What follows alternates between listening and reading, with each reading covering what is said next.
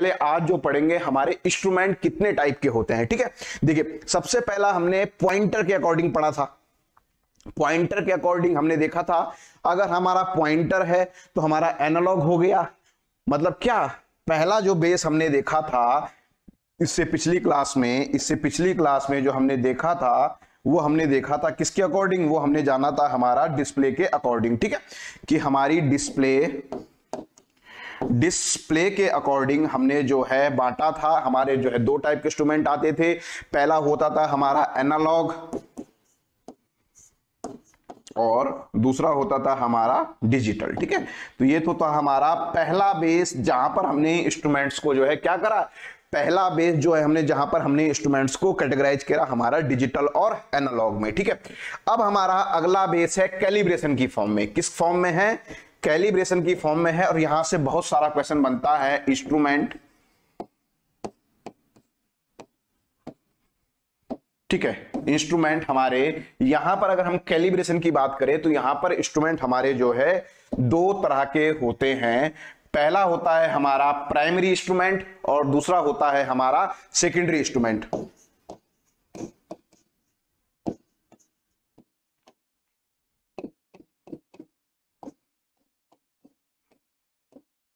ठीक है, primary instrument और दूसरा होता है हमारा सेकेंडरी इंस्ट्रूमेंट।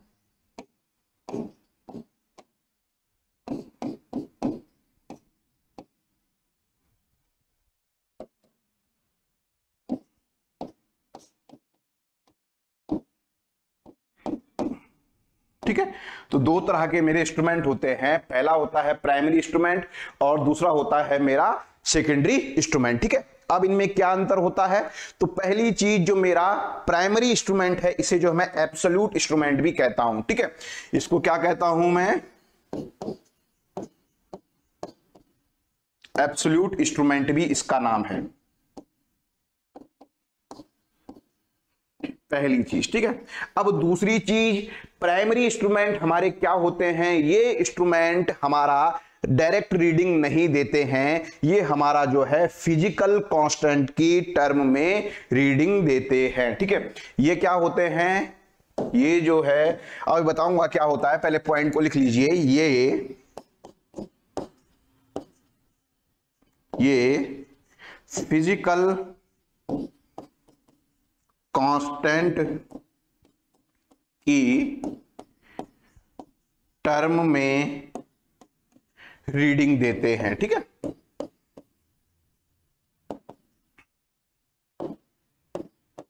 अभी फिजिकल कांस्टेंट क्या होता है ये मैं आपको एक्सप्लेन करता हूं, पहले पॉइंट टू पॉइंट वाइज चीजें जो है लिख लेते हैं। ठीक है, क्या कहते हैं, ये हमारे जो है फिजिकल कांस्टेंट की टर्म में रीडिंग देते हैं। ठीक है, मतलब क्या हो गया, फिजिकल कांस्टेंट की टर्म में हमें बताएंगे तो ये क्या होता है, ये डायरेक्ट ऑपरेशन परफॉर्म नहीं करते हैं। क्या होता है, डोंट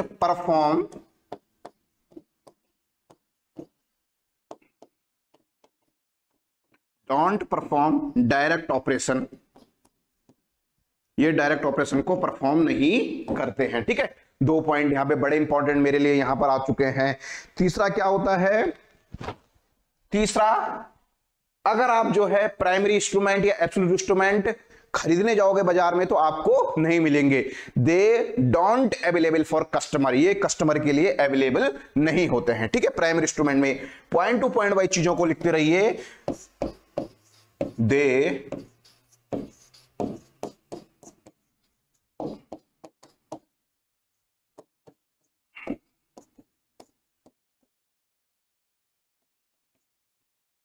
ठीक है, तो ये देखिए पहली चीज हमने जानी, यहां पर ये हमारे क्या करते हैं, फिजिकल कांस्टेंट की टर्म में हमारा जो है ये रीडिंग देते हैं, ये डायरेक्ट ऑपरेशन परफॉर्म नहीं करते हैं और ये कस्टमर के लिए अवेलेबल नहीं है। अगर आप चले गए बाजार में प्राइमरी इंस्ट्रूमेंट खरीदने तो आपको नहीं मिलेंगे। ठीक है, चलिए इसके लिए थोड़ा सा आपको हिस्ट्री में जाना पड़ेगा।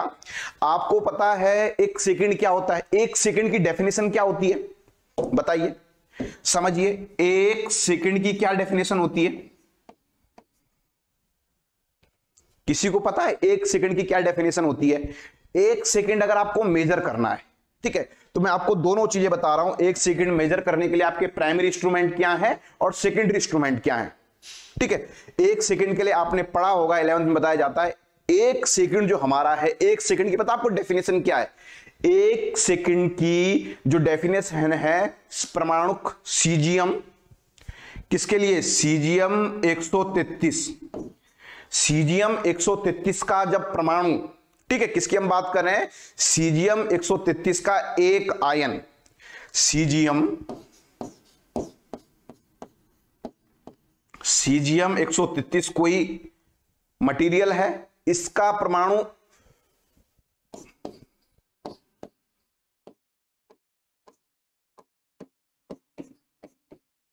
अगर इसका परमाणु 9, 19, 26, 31, 770 पूरे को जोड़ लीजिए, इतने बार अगर ये वाइब्रेशन करेगा, किसके? परमाणु घड़ी सीजियम 133 का परमाणु अगर इतने बार मेरा ऑसिलेट करेगा तो उसका मतलब हो गया है मेरा 1 सेकंड। ठीक है, देखिए इसने 1 सेकंड को क्या करा? किसी और कांस्टेंट की टर्म में इसने डिफाइन करा है। ठीक है, ऐसी जो ही हमारे प्राइमरी इंस्ट्रूमेंट रहेंगे वहां पर जो है हमारा क्या रहेगा? वहां पर जो हमारी जो रीडिंग रहेगी वो डायरेक्ट रीडिंग नहीं रहेगी। जैसे इसका एग्जांपल हमारा जो है पर्टिकुलर जो है स्टैंडर्ड एग्जांपल हमारा इसका टेंजेंट गैल्वेनोमीटर है। एब्सोल्यूट इंस्ट्रूमेंट का एग्जांपल हमारा, एब्सोल्यूट इंस्ट्रूमेंट का एग्जांपल जो हमारा है, इसका जो हमारा जो एग्जांपल है क्या है? ये बड़ा क्वेश्चन आता है, टेंजेंट गैल्वेनोमीटर। ठीक है, तो टेंजेंट गैल्वेनोमीटर में जो मेरी करंट की वैल्यू रहती है वो मेरी करंट की वैल्यू डायरेक्ट नहीं आती है। कैसे आती है? ये जो अगर आपने जैसे इसमें करंट मेजर करी तो आपका जो करंट की जो वैल्यू रहेगी, पर्टिकुलर इसने जो कुछ डिफ्लेक्शन इसमें आया, इसने जो है जितने कुछ थीटा डिग्री का एंगल बनाया, इस थीटा डिग्री के एंगल में आती है। ये टेंजेंट गैल्वेनोमीटर में अगर आप करंट की वैल्यू मेजर करोगे तो आपको डायरेक्ट करंट की वैल्यू नहीं मिलेगी, आपको वो एक थीटा डिग्री एंगल दे देगा, इसका कितना डिफ्लेक्शन आया, ये थीटा डिग्री आपको पता चल जाएगा। तो आप क्या करोगे? आप रखोगे उसको, तो उससे आप क्या कर दोगे? उससे आप जो है करंट की वैल्यू निकाल लोगे। ठीक है, तो इसमें भी लिखते हैं। ठीक है, और इस तरह से जो है आपका ये क्या कर रहा है? डायरेक्ट रीडिंग नहीं दे रहा है। ठीक है, टेंजेंट गैल्वेनोमीटर जो है इसका एग्जांपल है।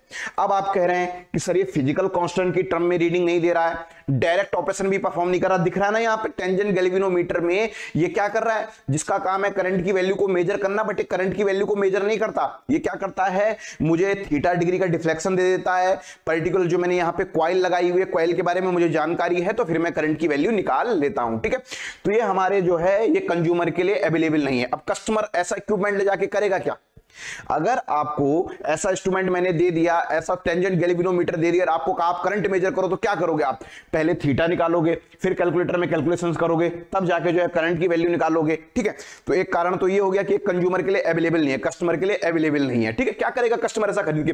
कस्टमर तो सिंपल जाएगा मार्केट में, एक अमीटर लेगा, करंट पे लगाएगा, टच करेगा, उसको करंट की वैल्यू मिल जाएगी। ठीक है, तो ये चीज हो गई है। और दूसरा जो इसका, जब ये नहीं है, जब ये आपका कंज्यूमर के लिए, कस्टमर के लिए अवेलेबल नहीं है, तो किस काम के हैं? तो ये हमारा जो है use as a calibration use किया जाता है इन्हें। ठीक है, क्या होता है हमारे प्राइमरी इंस्ट्रूमेंट जो है कैसे यूज किए जाते हैं? ये यूज किए जाते हैं यूज एज ए कैलिब्रेशन।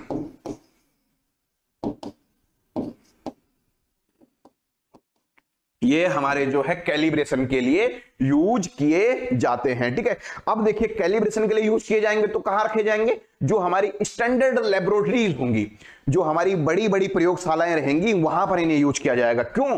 क्योंकि प्रयोगशाला में जो भी उन्होंने रिजल्ट निकालना है, रिजल्ट में आपको क्या चाहिए? एक्यूरेसी ज्यादा चाहिए। रिजल्ट में आपको क्या चाहिए? कैलिब्रेटेड चाहिए। मतलब आपके ये यूज एज ए कैलिब्रेशन होते हैं तो कहां पर यूज किए जाते हैं? इसको जो है हमारे कस्टमर यूज नहीं करते हैं, ये हमारे जो है स्टैंडर्ड लेबोरेटरीज में, ये हमारे जो है स्टैंडर्ड लेबोरेटरीज में प्रयोग किए जाते हैं। ठीक है, तो यहां से जो है क्वेश्चन बन जाता है डायरेक्ट मेजरमेंट किससे किया जाता है, इनडायरेक्ट मेजरमेंट किससे किया जाता है। ठीक है, तो क्या है हमारे प्राइमरी इंस्ट्रूमेंट से डायरेक्ट मेजरमेंट नहीं किया जाता है। ठीक है, तो इसे हम इनडायरेक्ट मेथड भी कहते हैं। क्या कह सकते हैं इसे? डायरेक्ट ऑपरेशन परफॉर्म नहीं किया जा सकता, तो इसे हम जो है इनडायरेक्ट मेथड भी कहते हैं। ठीक है, तो इसके जो है दो ही एग्जाम्पल हैं। पहला है आपका करंट गैल्वेनोमीटर, ठीक है, टेंजेंट गैल्वेनोमीटर आपका पहला एग्जांपल इसका है, और दूसरा आपका रे लीफ करंट बैलेंस, रे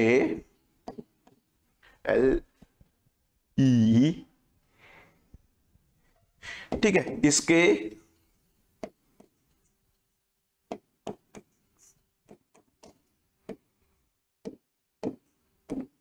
इसके जो है हमारे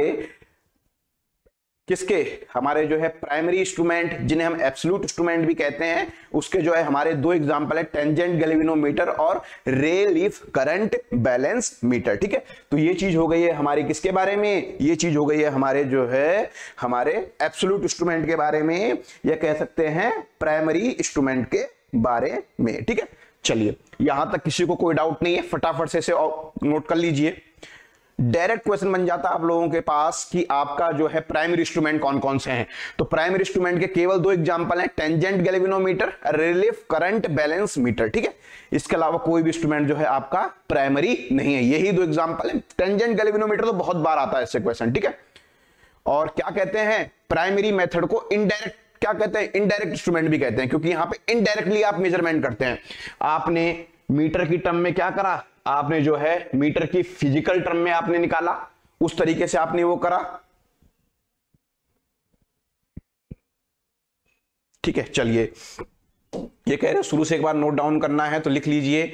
आपका प्राइमरी इंस्ट्रूमेंट इन्हें क्या कहते हैं, पहला पॉइंट है इन्हें फिजिकल कांस्टेंट बता दीजिए, ठीक है। फिजिकल कांस्टेंट मैं बताता हूं आपको, जैसे फिजिकल कांस्टेंट का मतलब क्या है, फिजिकल कांस्टेंट का मतलब आपका है अगर आपने टेंजेंट गैल्वेनोमीटर लाया, ठीक है, ठीक है, तो अगर आपने टेंजेंट गैल्वेनोमीटर लाया, टेंजेंट गैल्वेनोमीटर जैसे आपका यहां पर कुछ है, तो ये आपका नहीं बताता, ये आपका डिफ्लेक्शन बताता है, थीटा बताता है।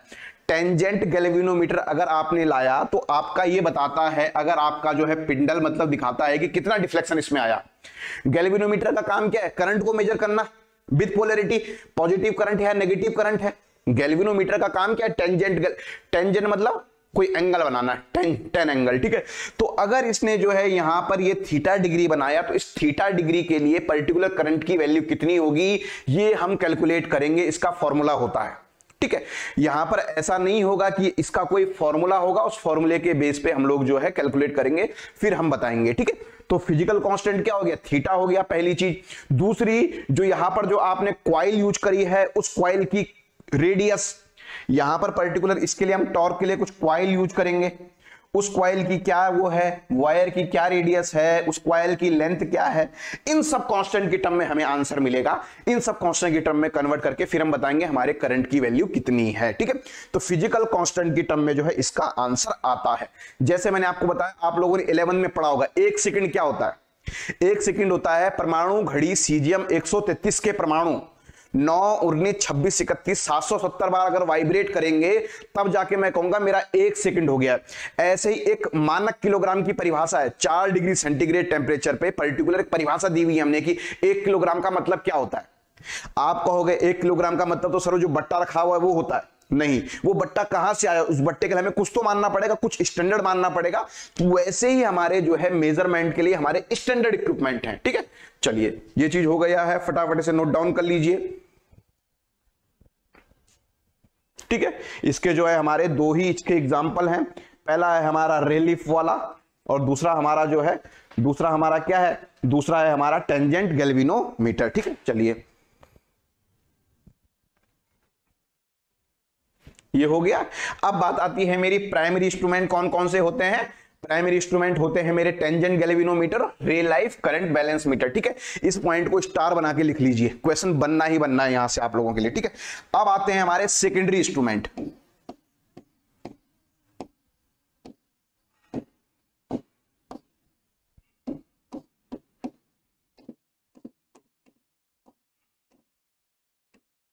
ठीक है, पता है सेकेंडरी इंस्ट्रूमेंट क्या होते हैं, ये इंस्ट्रूमेंट हमारे प्राइमरी इंस्ट्रूमेंट की हेल्प से बनाए जाते हैं, ठीक है। क्या होते हैं, पहला पॉइंट, ये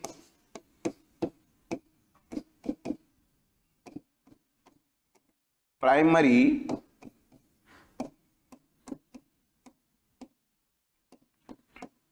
इंस्ट्रूमेंट की हेल्प से बनाए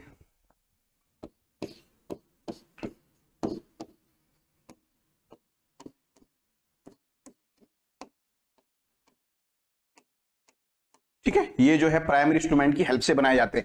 ऐसा नहीं कि इसको यूज किया जाता है। हेल्प से बनाए जाने का मतलब ये हमारे सेकेंडरी इंस्ट्रूमेंट को कैलिब्रेशन के लिए यूज किए जाते हैं। क्या होते हैं हमारे सेकेंडरी इंस्ट्रूमेंट को कैलिब्रेशन के लिए हमारे क्या होते हैं प्राइमरी इंस्ट्रूमेंट यूज किए जाते हैं। किस चीज के लिए? कैलिब्रेशन के लिए। हमारा सेकेंडरी इंस्ट्रूमेंट जो रहेगा उसका कैलिब्रेशन किसकी हेल्प से होगा? उसका कैलिब्रेशन जो है मेरी प्राइमरी इंस्ट्रूमेंट की हेल्प से होगा। ठीक है। दूसरी चीज, अब चूंकि ये क्या करते हैं, दे परफॉर्म डायरेक्ट मेजरमेंट। अगर आपका कोई सेकेंडरी इंस्ट्रूमेंट है तो करंट आपको नापनी है तो डायरेक्ट आपको करंट बता देगा। जैसे अमीटर है तो करंट की वैल्यू बता देगा, वोल्ट मीटर है तो वोल्ट मीटर की वैल्यू बता देगा, पावर फैक्टर मीटर है तो डायरेक्ट आपको पावर बता देगा। ठीक है। तो ये क्या होते हैं? They perform direct measurement. ठीक है। They perform direct measurement. ठीक है। जैसे यहां पर अगर आपको करंट की वैल्यू नापनी है तो आप अमीटर लगाइए, आपको करंट की वैल्यू निकल जाएगी। आप वोल्ट मीटर लगाइए, आपको वोल्टेज की मीटर मिल जाएगी। आपको एनर्जी मीटर लगाइए, आपको एनर्जी की वो मिल जाएगी। ठीक है। अब ये डायरेक्ट मेजरमेंट करते हैं तो ये ज्यादा यूज किए जाते हैं। क्या होते हैं ये वाले इक्विपमेंट जो है ज्यादा यूज किए जाते हैं। क्यों? अब आप कौन सा मीटर लाओगे? जिस मीटर में आपको कैलकुलेशन करनी पड़ रही है तब आपको करंट की वैल्यू निकल रही है, या कैसा इंस्ट्रूमेंट लाओगे जिसमें आपको डायरेक्ट करंट की वैल्यू मिल जाए, वही तो करोगे। ठीक है। क्या होते हैं? ये ज्यादा प्रयोग में लाए जाते हैं। ठीक है। क्यों प्रयोग में ज्यादा लाए जाते हैं?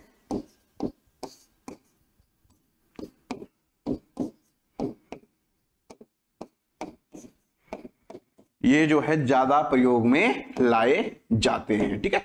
ये चीज हो गई है इंपॉर्टेंट पॉइंट। और पॉइंट क्या होता है, और क्या है इसमें, जो आपका मेजरिंग टाइम है, बताइए मेजरिंग टाइम किसका ज्यादा रहेगा या किसका कम रहेगा? देखिए वहां पर आपका आया प्राइमरी इंस्ट्रूमेंट में आपका थीटा आया, थीटा को फिर आप कैलकुलेट करोगे तो वहां पर मेजरिंग टाइम बहुत ज्यादा होता है।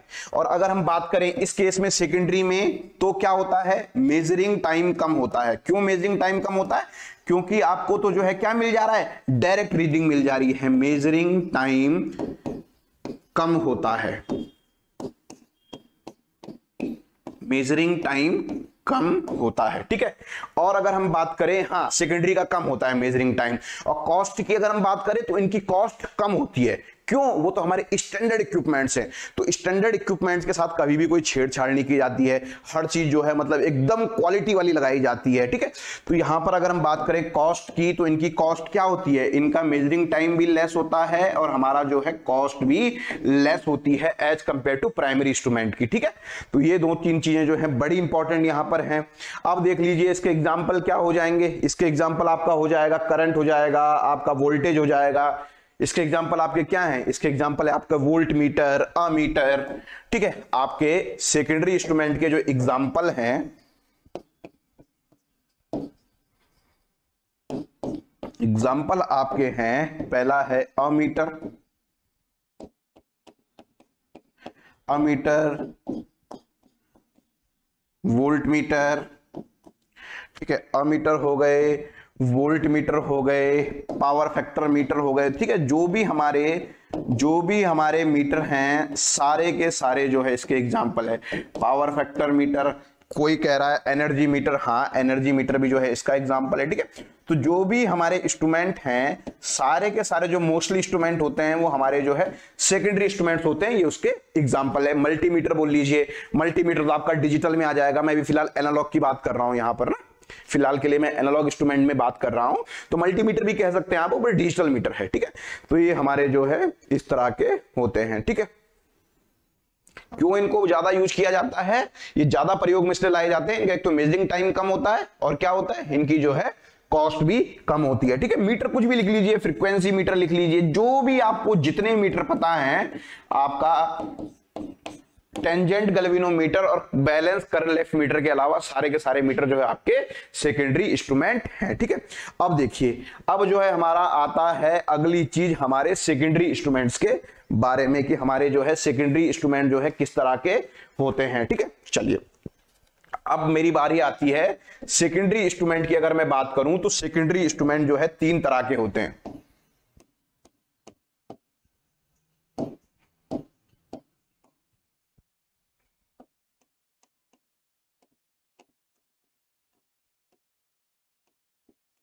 ठीक है, अब मेरी बात आती है कि मेरे सेकेंडरी इंस्ट्रूमेंट जो हैं, सेकेंडरी इंस्ट्रूमेंट जो है 3 तरह के होते हैं। पहला होता है मेरा इंडिकेटिंग,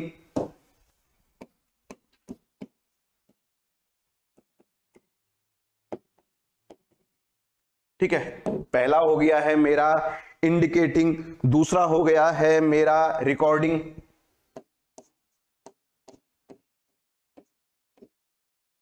इंडिकेटिंग, दूसरा हो गया है मेरा रिकॉर्डिंग, और तीसरा जो मेरा हो गया है, तीसरा मेरा होता है इंट्रीगेटिंग।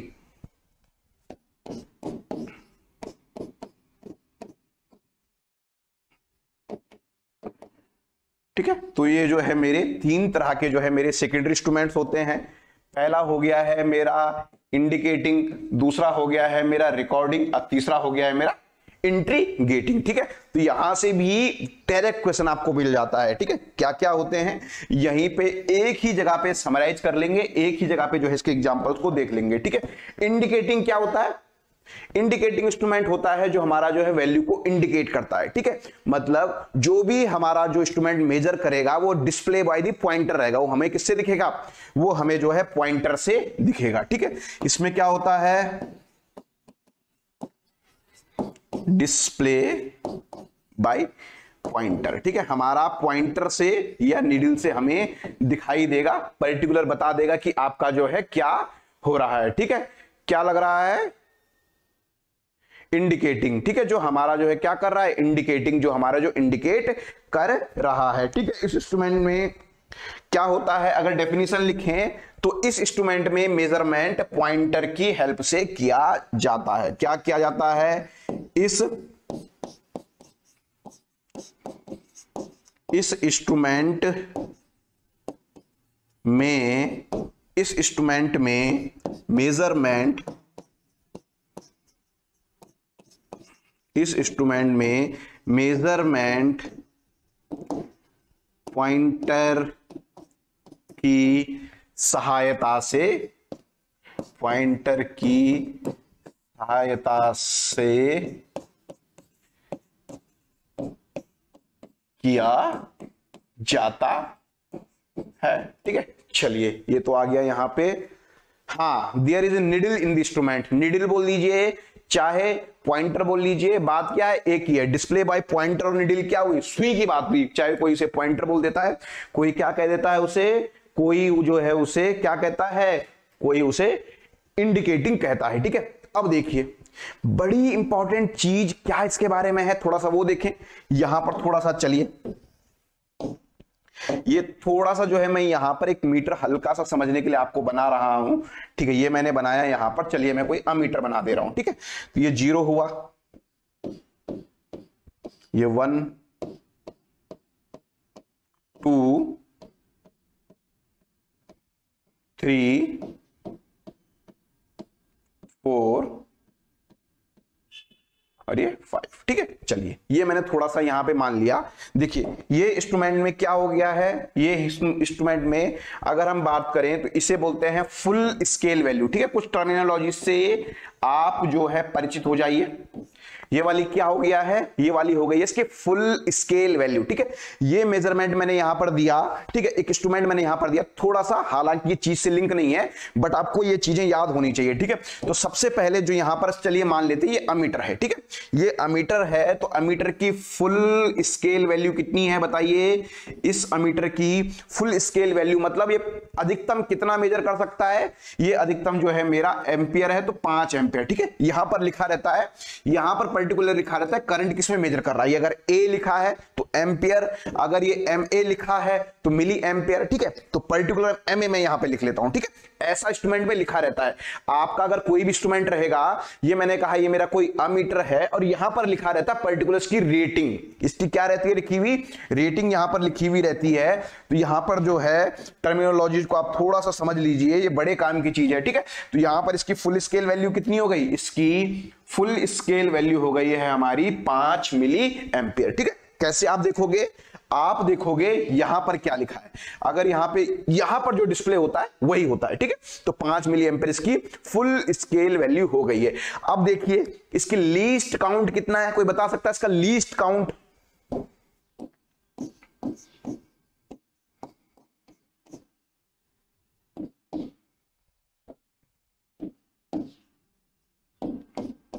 ठीक है, इसका लीस्ट काउंट मतलब ये मिनिमम कितना मेजर कर सकता है।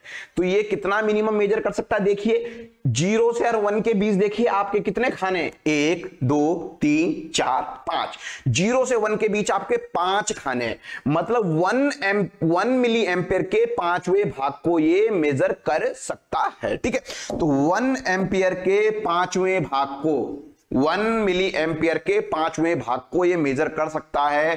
तो 1 मिली एम्पियर डिवाइड बाय 5, तो 0.2 मिली एम्पियर को ये लीस्ट काउंट 0.2 मिली एम्पियर को ये मेजर कर सकता है, ठीक है। दूसरी चीज ये समझ में आई यहां पे, ठीक है। अब आप बताइए यहां से मेरे को क्या क्या पता चला, पहला पता चला फुल स्केल वैल्यू क्या होती है, लीस्ट काउंट क्या होता है, ठीक है। ये दोनों चीजें पता चली। अब अगला देखिए, अगर मैं बोलूं फुल स्केल डिफ्लेक्शन, अगली टर्म होती है मेरी फुल स्केल डिफ्लेक्शन, मतलब मैक्सिमम मेरा डिफ्लेक्शन फुल स्केल में कितना जा सकता है। तो फुल स्केल डिफ्लेक्शन भी मेरा यहां पर कितना जा सकता है, फुल स्केल डिफ्लेक्शन भी मेरा जो है यहां पे 5 मिली एम्पियर तक ही जा सकता है। पॉइंटर जो मेरा है, जो निडल है मेरी, वो 5 मिली एम्पियर तक ही जा सकती है। फुल स्केल वैल्यू और फुल स्केल डिफ्लेक्शन क्या होते हैं, दोनों सेम होते हैं, ठीक है। अब यहीं से बात आती है सेंसिटिविटी की। तो सेंसिटिविटी क्या होती है आपकी, क्या होती है सेंसिटिविटी आपकी, क्या होती है,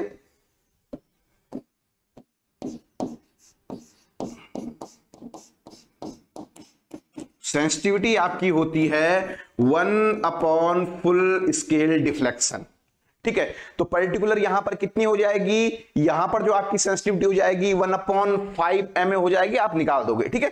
तो ये full scale value, least count, full. अब अगली चीज आती है रेजोल्यूशन। बताइए रेजोल्यूशन,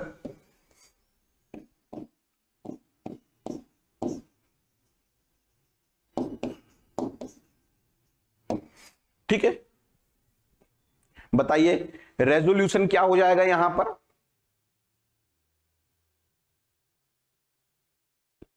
इसका रेजोल्यूशन कितना है,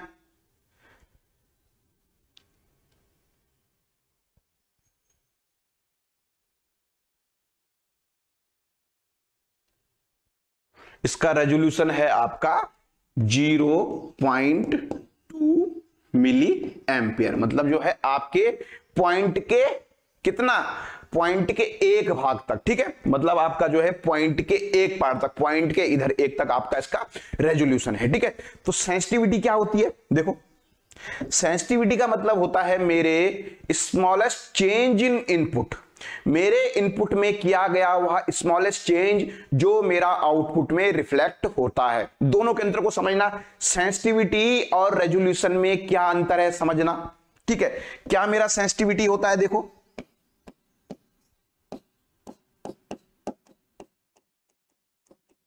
सेंसिटिविटी क्या होता है मेरा जो है स्मॉलेस्ट चेंज इन इनपुट, मेरा इनपुट में किया गया वह छोटा से छोटा चेंज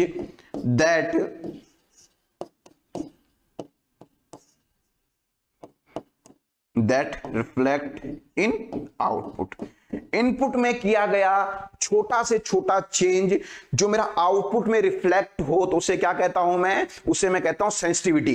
तो आप बताइए आपका जो इंस्ट्रूमेंट होना चाहिए उसकी सेंसिटिविटी कैसी होनी चाहिए, बताइए आप मुझे बताइए आपका जो इंस्ट्रूमेंट है उस इंस्ट्रूमेंट की सेंसिटिविटी कैसे होनी चाहिए। अगर मैं कहूं तो मेरा इंस्ट्रूमेंट की सेंसिटिविटी कितनी होनी चाहिए, जो मैं अच्छा कहूं इंस्ट्रूमेंट, तो मेरी इंस्ट्रूमेंट की सेंसिटिविटी क्या होनी चाहिए, हाई एज पॉसिबल होनी चाहिए। ठीक है, ये तो बात हो गई है मेरे सेंसिटिविटी की। ठीक है, अब बात आती है रेजोल्यूशन की। तो कोई मुझे बताएगा रेजोल्यूशन की डेफिनेशन क्या होती है, कोशिश कीजिए आप लोग। सेंसिटिविटी तो मैंने ये बता दी, अब बताइए रेजोल्यूशन की वो क्या होती है डेफिनेशन।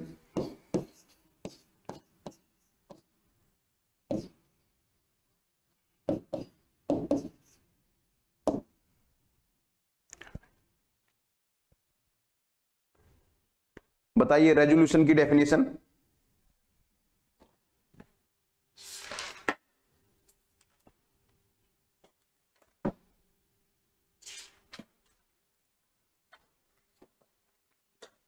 कोशिश कीजिए आप लोग, मैं चाह रहा हूं कि आप लोगों के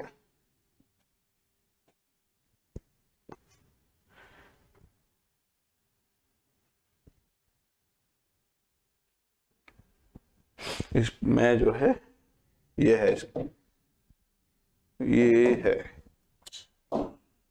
बताइए कोशिश कीजिए आप लोग। मैं तो उसके चलो वो लिख ले रहा हूं।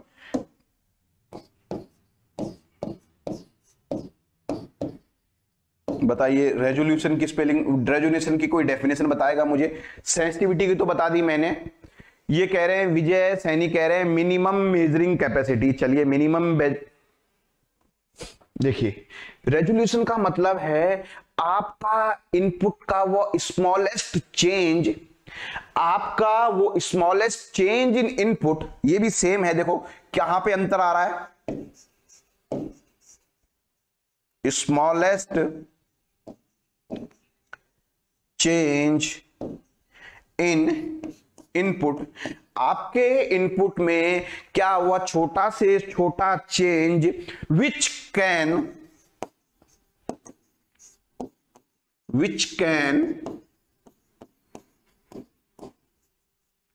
Can measure by instrument. ठीक है, बात समझ में आई। आपके इनपुट का वह छोटा सा चेंज जो आपका इंस्ट्रूमेंट मेजर कर सकता है। इनपुट में किया गया वह छोटा सा चेंज जिसे आपका इक्विपमेंट मेजर कर सकता है। ठीक है, तो देखिए चलिए यहां पर देखिए, मैंने कहा अगर करंट आपकी है, देखिए करंट आपकी है 1.1 मिली एम्पियर, करंट आपको मेजर करनी है।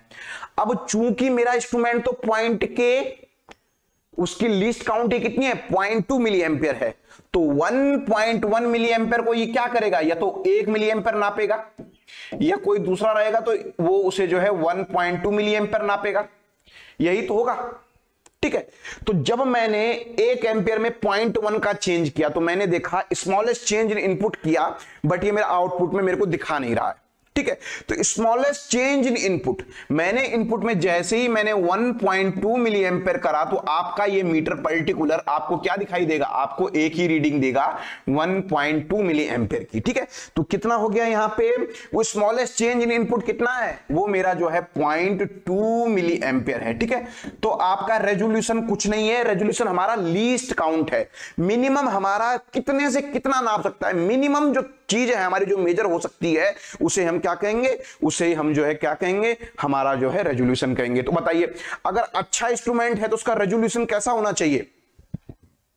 अगर मेरा अच्छा इंस्ट्रूमेंट है तो उसका रेजोल्यूशन कितना होना चाहिए, अच्छे इंस्ट्रूमेंट का जो है जो मेरा रेजोल्यूशन है वो कैसा होना चाहिए, वो जो है मेरा हाई होना चाहिए। ठीक है, इसकी अगर मैं इंस्ट्रूमेंट की बात करूं, इस इंस्ट्रूमेंट की मैं बात करूं तो इसका रेजोल्यूशन कितना है, 0.2 भी बोला, आप ऐसे भी कह सकते हैं 1/5, सॉरी क्या लिखेंगे इसके रेजोल्यूशन को, इसके रेजोल्यूशन को लिखेंगे 5/1।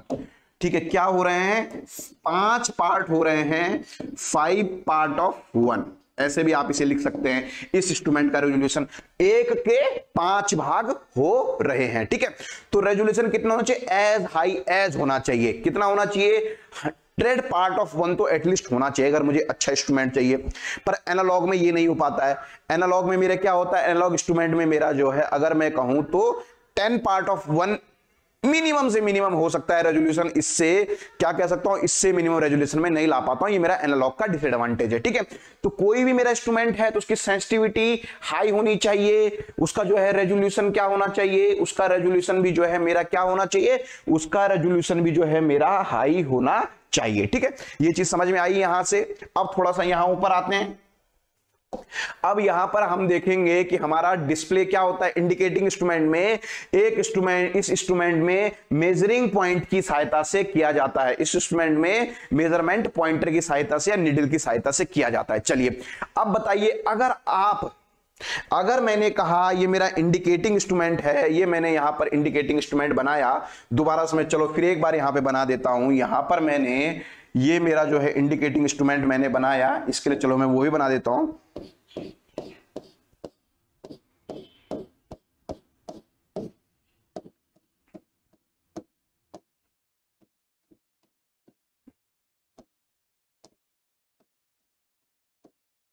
ठीक है, ये मैंने बनाया, तो पर्टिकुलर होगा क्या, ऐसा कुछ मेरा इंडिकेटिंग टाइप इंस्ट्रूमेंट होगा, ये मेरा पॉइंटर होगा, ऐसे पॉइंटर वो करेगा। पर्टिकुलर यहां पे दो टर्मिनोलॉजी रहेंगी, जहां पर अगर आपको करंट मेजर करना है तो आप करंट दोगे, यहां से दो पॉइंट में, एक पॉइंट से करंट एंटर करेगा, एक पॉइंट से बाहर जाएगा, ऐसे मेजर करोगे। वोल्टेज नापना है तो दो टर्मिनल के बीच लगाओगे, ये मैं कह रहा हूं आपका जो है पर्टिकुलर ये क्या है, इस टाइम पे ये आपका मिली एम्पियर मीटर है। ठीक है, चलिए आपने यहां पर नापा, यहां पर आपने जो है नापा, तो देखिए इंडिकेटिंग इंस्ट्रूमेंट में आपका ये रीडिंग कब देगा, आपका ये रीडिंग कब देगा, जब आपका जो है यहां पर कुछ कनेक्टेड रहेगा, जिस चीज का आपको मेजरमेंट करना है वो चीज जब आपकी यहां पर कनेक्टेड रहेगी तो रीडिंग देगा। और कैसी रीडिंग देगा बताइए, दो चीजें बड़ी इंपॉर्टेंट है यहां से इंडिकेटिंग इंस्ट्रूमेंट के बारे में मुझे दो पॉइंट पता चलेंगे। पहला पॉइंट की रीडिंग कब देगा और कैसी रीडिंग देगा, जरा बताइए, सोचिए, बताइए इस पॉइंट को थोड़ा सा सोचिए आप लोग, ये कब रीडिंग देगा और कैसी रीडिंग देगा, इसके बारे में मुझे बताइए। ठीक है, देखिए करंट तो देगा, चलिए करंट कहा आपने, करंट तो देगा, पर कब देगा, ठीक है, और क्या देगा, पहली चीज ये बड़ा चीज है, ये हमारी स्टैंड वैल्यू दिखाएगा। क्या होता है मेरा इंडिकेटिंग इंस्ट्रूमेंट मेरी क्या करता है, स्टैंड वैल्यू दिखाता है, उस स्टैंड पे जो करंट की वैल्यू होगी ये वो नापेगा। ठीक है, सबसे पहले क्या हो गई, ये हमारी जो है एट स्टैंड वैल्यू दिखाता है, इंडिकेटिंग इंस्ट्रूमेंट जो है मेरी स्टैंड वैल्यू दिखाते हैं। ठीक है, बात समझ में आई, क्यों स्टैंड वैल्यू दिखाते हैं, क्योंकि इसकी वैल्यू डिपेंड कर रही है, जब मैंने करंट लगाई यहां पे तो इसने वैल्यू दिखाई। ठीक है, हाँ स्टैंड वैल्यू दिखाएगा, स्टैंड वैल्यू मतलब जो करंट की वैल्यू होगी वही दिखाएगा। करंट की वैल्यू अगर 3 एम्पीयर होगी तो 3 दिखाएगा, 5 होगी तो 5 दिखाएगा। ठीक है, तो पहला तो आप कह सकते हैं कि पहला जो है मेरी ये स्टैंड वैल्यू दिखाता है। ठीक है, दूसरा क्या कहता है, आपका दूसरा और बड़ा इंपॉर्टेंट पॉइंट इसमें है कि हमारा स्टैंड वैल्यू उसने दिखा दी है। दूसरा पॉइंट हमारा जो है कब तक उपलब्ध रहता है, पॉइंटर तब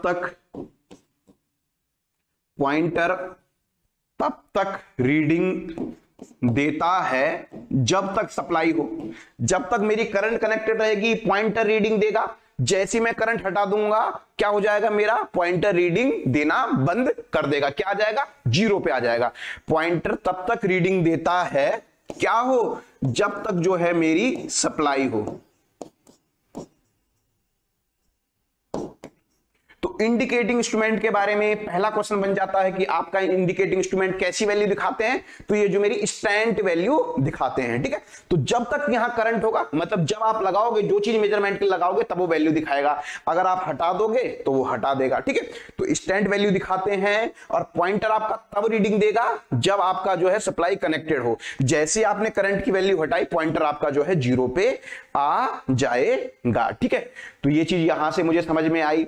और हम ये भी देखे थे आगे, यहां पर हम ये भी देखे थे आगे, अगर हम बात करें इसे प्रीवियस क्लास में, तो इसमें जो एरर आती है, इसमें जो एरर आती है तो अमीटर अगर होगा तो वो किसके प्रोपोर्शनल होगा, इंटरनल रेजिस्टेंस ऑफ अमीटर होगा।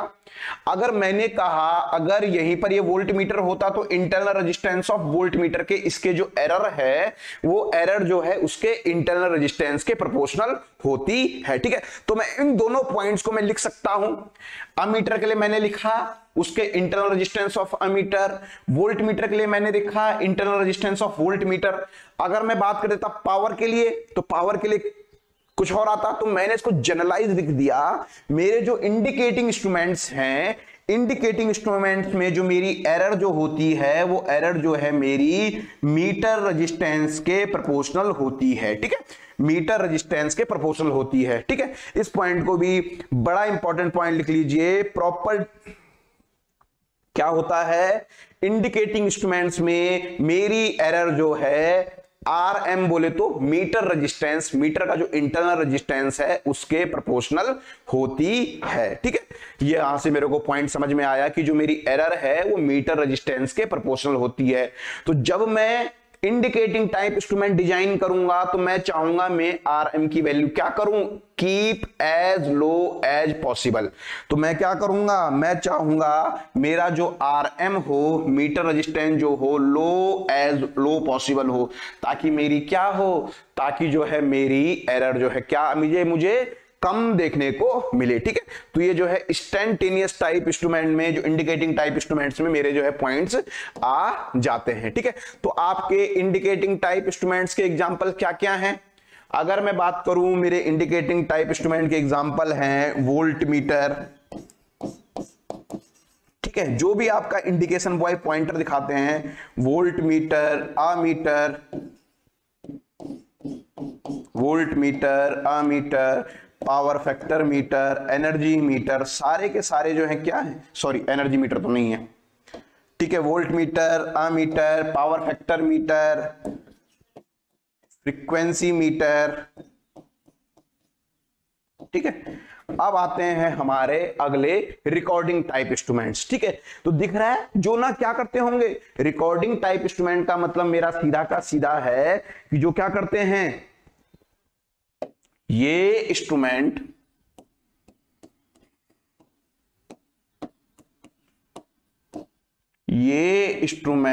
क्या करते हैं, डेटा को रिकॉर्ड करते हैं, डेटा को रिकॉर्ड करते हैं। ये इंस्ट्रूमेंट डेटा को रिकॉर्ड करते हैं या ग्राफ की फॉर्म में हमें दिखाते हैं। ये क्या करते हैं, ये इंस्ट्रूमेंट डेटा को रिकॉर्ड करते हैं या जो है ग्राफ की फॉर्म में, या क्या करते हैं, ग्राफ की फॉर्म में दिखाते हैं। ठीक है, तो इसके जो है इसका एग्जाम्पल होता है, अगर आप सब स्टेशन में जाओगे तो सब स्टेशन में जो है हमारा वोल्टेज क्या होता है, सब स्टेशन में जो हमारा जो वोल्टेज वोल्ट मीटर जो लगा रहता है वो जो है वोल्टेज के वेरिएशन को रिकॉर्ड करते रहता है। ठीक है, तो इसके एग्जाम्पल क्या हो गए हैं रिकॉर्डिंग का, सबसे पहला एग्जाम्पल तो सीआरओ तो है ही है, ग्राफ की फॉर्म में दिखाता है, डेटा को रिकॉर्ड करता है। दूसरा हमारा है क्या, volt meter at sub station. जो हमारा सब स्टेशन होता है, सब स्टेशन में जो हमारा वोल्ट मीटर जो लगा रहता है वो क्या करता है, अगर आप देखोगे तो वोल्टेज का ग्राफ ड्रॉ करते रहता है कि इस सेकंड कितना आया, इस सेकंड कितना आएगा, पूरा का पूरा जो है क्या करता रहता है, वो हमारा जो है इसका ग्राफ ड्रॉ कर देता है। ठीक है, इसके अलावा जो है क्या इसका एग्जाम्पल है, सिस्मोग्राफ, भूकंप नापने के लिए हमारा जो यूज किया जाता है क्या, सिस्मोग्राफ, भूकंप की तीव्रता के लिए।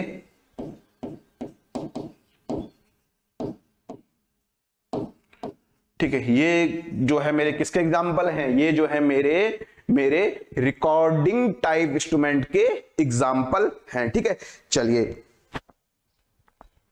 अब अगला जो होता है मेरा होता है इंट्रीगेटिंग टाइप इंस्ट्रूमेंट। जो क्या करते हैं, जो इंस्ट्रूमेंट डेटा को सम करते हैं, क्या होते हैं, इंट्रीगेटिंग मतलब इंट्रीगेशन का मतलब क्या होना, सम करना। ठीक है, जो क्या होते हैं, जो इंस्ट्रूमेंट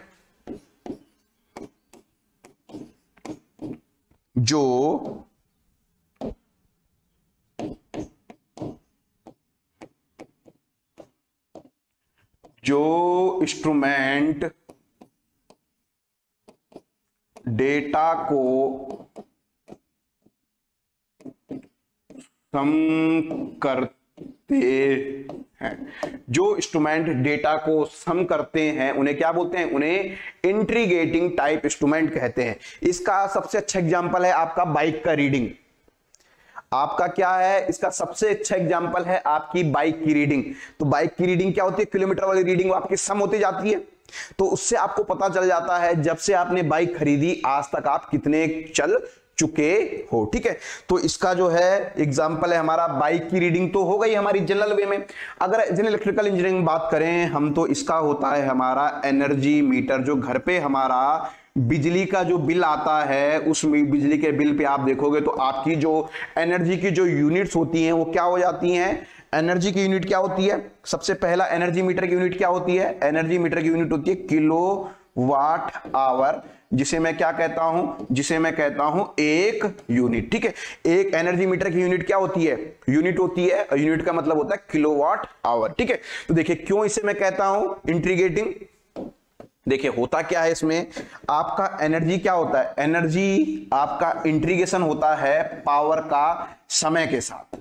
ठीक है, पावर का समय के साथ जो आपका इंट्रीगेशन होता है क्या होता है? वो सम होता है। ठीक है, तो घर पे आप देखते होंगे तो घर पे आपका एनर्जी स्टैंड नहीं आती। एनर्जी क्या होती है?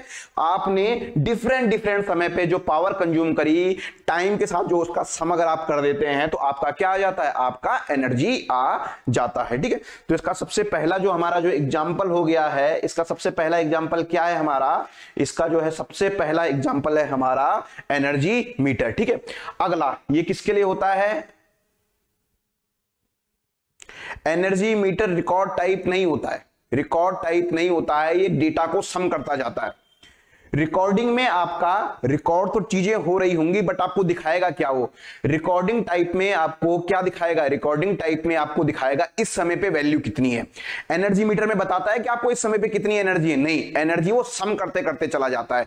आज 2 यूनिट हो गई, कल 3 यूनिट हो गई, इस समय तक।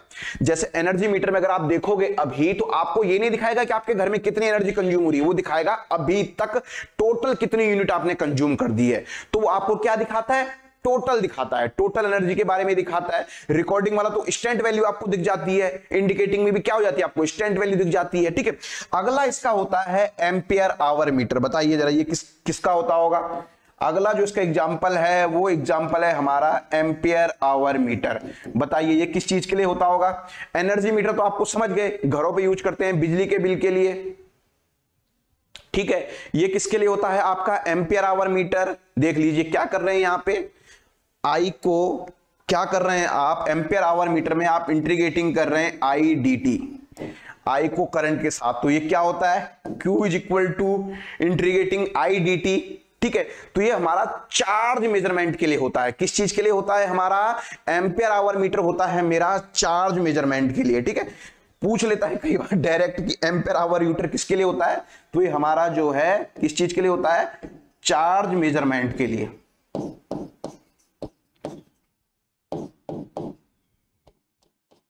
ठीक है, आप इसको यहां से भी निकाल सकते थे डायरेक्ट, अगर स्ट्राइक नहीं हो रहा था यहां से तो आप यहां से करते। आई इज इक्वल टू क्या हो गया? D Q by D T. तो डी क्यू क्या हो जाएगा? डी क्यू हो जाएगा आपका आई डी टी।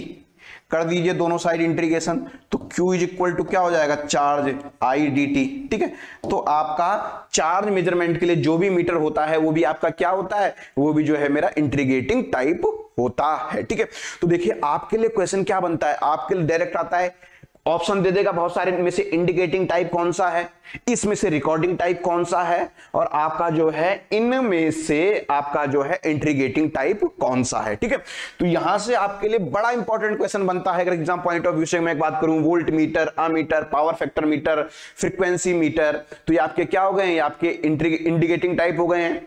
रिकॉर्डिंग टाइप आपके हो गए हैं CRO, seismograph, volt meter at sub station. और अगर आपके हम बात करें इंटीग्रेटिंग की, तो इंटीग्रेटिंग के आपके हैं एनर्जी मीटर और आपके एम्पियर आवर मीटर। ठीक है, आई बात समझ में? यहां से तो इस तरह से आप लोग को जो है हमारे डिफरेंट टाइप के जो इंस्ट्रूमेंट्स होते हैं वो जो है हमको यहां पर जो है हमने समझे यहां पर, और उनके बारे में जो है हमने जाना। ठीक है, चलिए हमारे इंस्ट्रूमेंट्स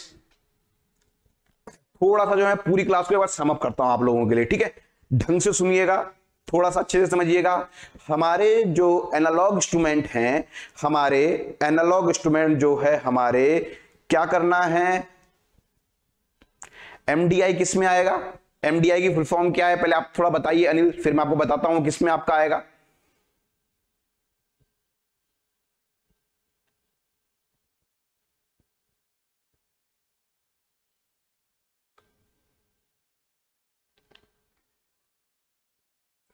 मैक्सिमम डिमांड इंस्ट्रूमेंट। ठीक है, देखिए अब बताइए, जरा बताइए मैक्सिमम डिमांड इंस्ट्रूमेंट कैसा इंस्ट्रूमेंट होगा, थोड़ा बताइए आप लोग, जरा बताइए मैक्सिमम डिमांड इंडिकेटर कैसा इक्विपमेंट होगा, थोड़ा सोचिए। आपको कुछ नहीं आता, मैंने कहा किसको, आपको कोई आइडिया नहीं है किस तरीके का होगा, आपने कह दिया एमडीआई।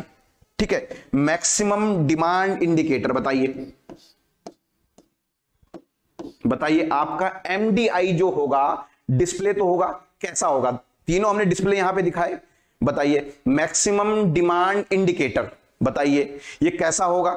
देखिए मैंने कहा मैक्सिमम डिमांड इंडिकेटर आपको बताता है आपका 0 बजे से लेकर, मैक्सिमम डिमांड इंडिकेटर आपको बताता है 0 बजे से लेकर 24 बजे के बीच कितनी मेरी मैक्सिमम डिमांड आई। क्या बताता है मेरा मैक्सिमम डिमांड इंडिकेटर, मुझे बताता है कि पूरे दिन में मेरी मैक्सिमम डिमांड कब आई। क्या बताता है मैक्सिमम डिमांड कब आई।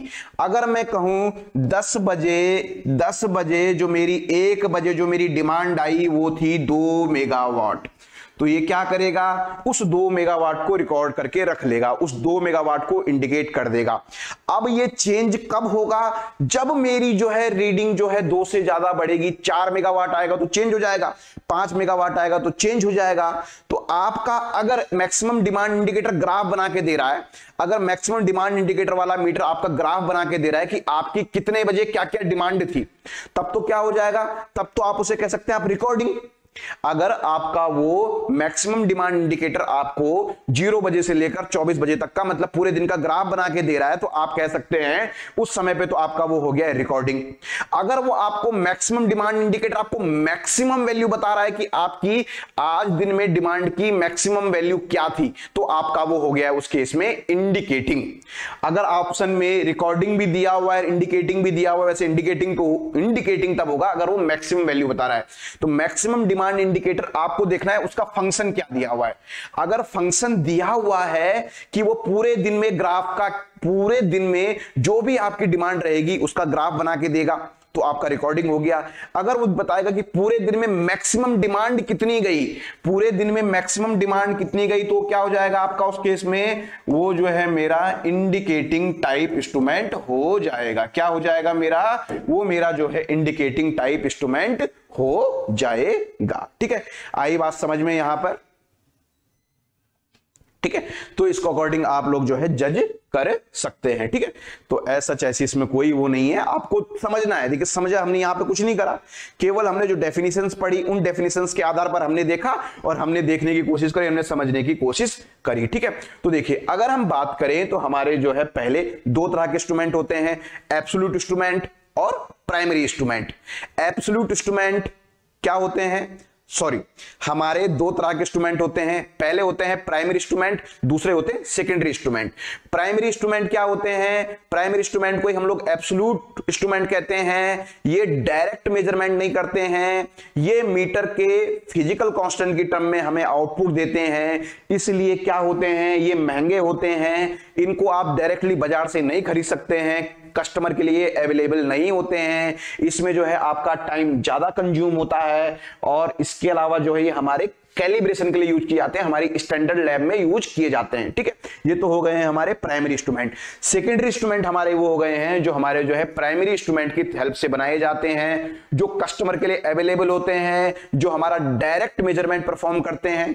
ठीक है। फिर हमने जाना हमारे जो सेकेंडरी इंस्ट्रूमेंट हैं वो तीन तरह के होते हैं, इंडिकेटिंग, रिकॉर्डिंग और आपका इंडिकेटिंग। इंडिकेटिंग के एग्जांपल हमारे हैं वोल्ट मीटर, अमीटर, आपका जो है पावर फैक्टर मीटर, आपका फेज मीटर, ये सब क्या हो गए आपके इंडिकेटिंग हो गए हैं। अब आपके आते हैं रिकॉर्डिंग। रिकॉर्डिंग मतलब जो आपके ग्राफ की फॉर्म में डेटा को क्या करते हैं, रिकॉर्ड करते हैं, ग्राफ की फॉर्म में हमें डिस्प्ले करते हैं। तो इसका एग्जांपल हो गया वोल्ट मीटर, जो हमारा सब स्टेशन में लगा होता है। कभी सब स्टेशन में जाना तो वहां एक पर्टिकुलर वोल्ट मीटर होता है जो आपके वोल्टेज के वेरिएशन का ग्राफ ड्रॉ करता है, ठीक है। तो वोल्ट मीटर सब स्टेशन आपका हो गया, सीआरओ आपका हो गया, सिस्मोग्राफ आपका हो गया। सिस्मोग्राफ क्या होता है, भूकंप की तीव्रता जो नापता है, वो दिखाता है अभी कितने जो है कितने रिएक्टर का आया है, कितने रिएक्टर का है, पूरा वेरिएशन का एक ग्राफ ड्रॉ करता है, ठीक है। वो हो गए रिकॉर्डिंग टाइप। फिर होते हैं हमारे इंडिकेटिंग, इंट्रीगेटिंग टाइप, जो सम करते हैं। तो जैसा हमारा एनर्जी मीटर हो गया और हमारा जो है एम्पियर आवर मीटर हो गया है, ठीक है। चलिए अब हमारी बात आती है हमारे इंडिकेटिंग इंस्ट्रूमेंट के बारे में अब डिस्कशन करेंगे। हमारे इंडिकेटिंग इंस्ट्रूमेंट में हमारे तीन तरह के टॉर्क होते हैं।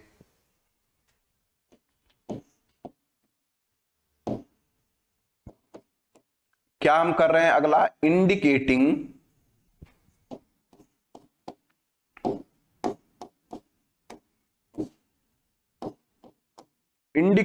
इंस्ट्रूमेंट में, ठीक है, इस पॉइंट को लिख लेते हैं। मैं आपको पूरा फील दिलाऊंगा।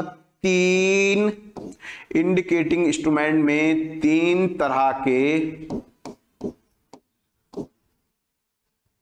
टॉर्क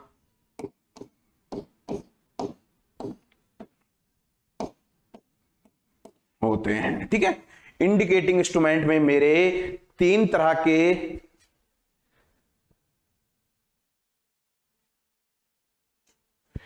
अच्छा, सुनार का तराजू सेकेंडरी इंस्ट्रूमेंट है या नहीं है?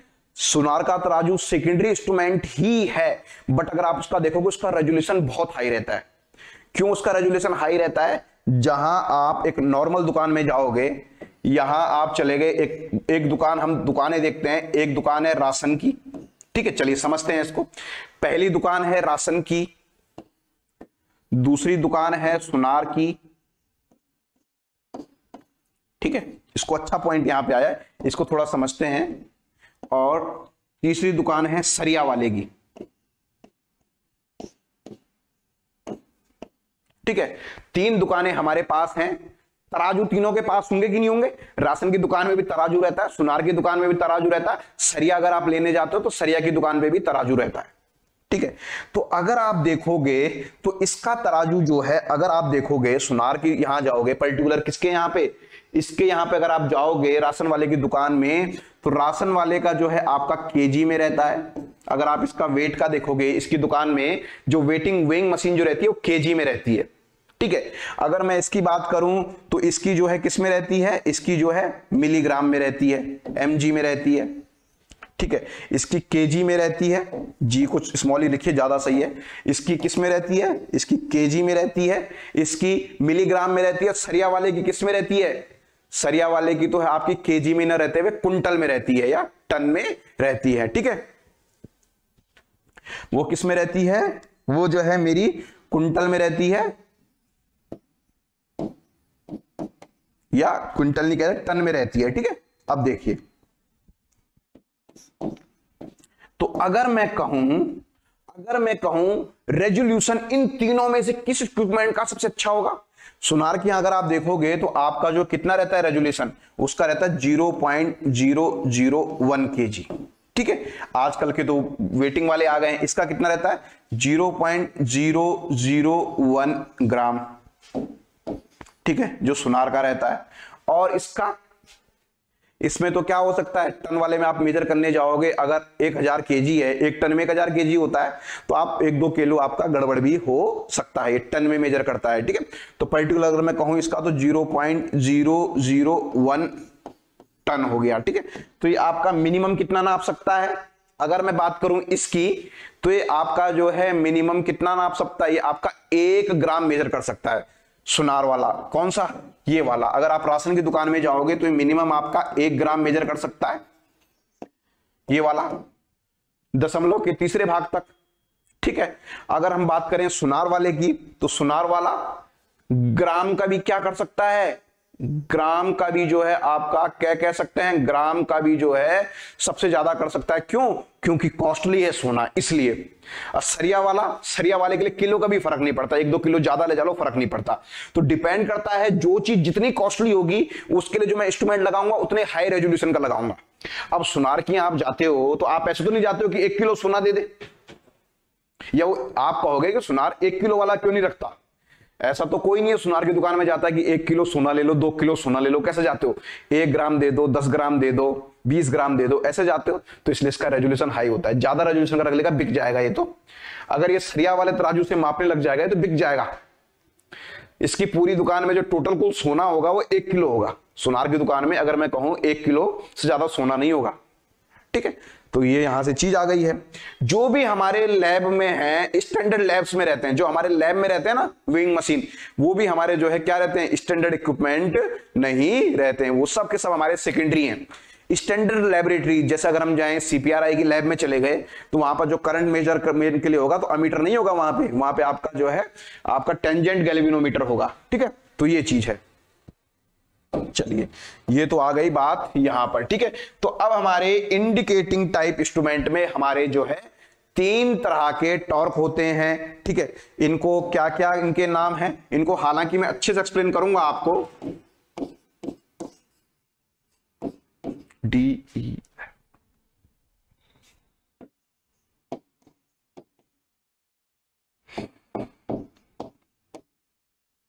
Deflecting torque. ठीक है, दूसरा होता है आपका कंट्रोलिंग टॉर्क।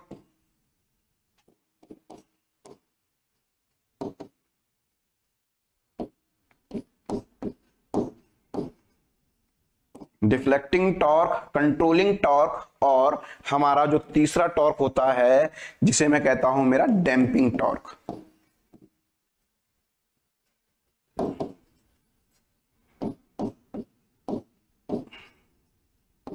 ठीक है, तो ये जो है मेरे यहां पर इंडिकेटिंग टाइम इंस्ट्रूमेंट में मेरे जो है 3 तरह के टॉर्क होते हैं। ठीक है, ये चीज हो गई डिफ्लेक्टिंग टॉर्क, कंट्रोलिंग टॉर्क, और जो है मेरा क्या, और जो है मेरा आपका डैंपिंग टॉर्क। ठीक है, अब इन सब टॉर्क को समझते हैं। सबसे पहले जो हमारे पास आ गया डिफ्लेक्टिंग टॉर्क आ गया है, तो सबसे पहले क्या करता हूं मैं, यहां पर एक पॉइंटर बनाता हूं। इंडिकेटिंग है तो वाई पॉइंटर रहेगा। ठीक है, चलिए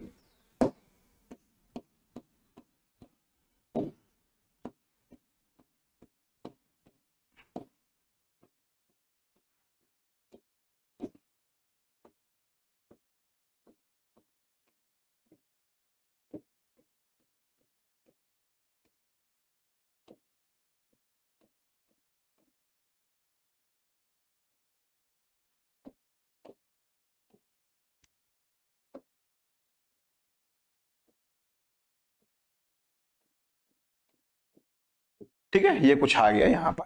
ये ऐसा कुछ मेरा जो है ये क्या आ गया, इंडिकेटिंग टाइप इंस्ट्रूमेंट आ गया है। अब देखिए, अब जो मेरी यहां पर निडल रहेगी, चीजों को समझिए थोड़ा सा, चीजों को समझिए थोड़ा सा, एक एक पॉइंट टू पॉइंट ऐसे कुछ रहेगा। ये निडल मेरा जो है डिस्प्लेसमेंट करेगी, निडल मेरा बताएगी पर्टिकुलर जो है मेरी क्या रीडिंग होगी। ये कौन डिसाइड करेगा, ये जो है मेरा निडल डिसाइड करेगी। तो सबसे पहली चीज आप बताइए, जो मेरा निडल है या जिसे मैं पॉइंटर कह रहा हूं, एक कैसा डिस्प्लेसमेंट इसके अंदर हो रहा है, लीनियर हो रहा है या आपका एंगुलर हो रहा है। सबसे पहला क्वेश्चन बता रहा है कि जो मेरा निडल जो मूवमेंट कर रही है, इस निडल का मूवमेंट कैसा है, लीनियर मूवमेंट है या मेरा जो है एंगुलर मूवमेंट है। ठीक है,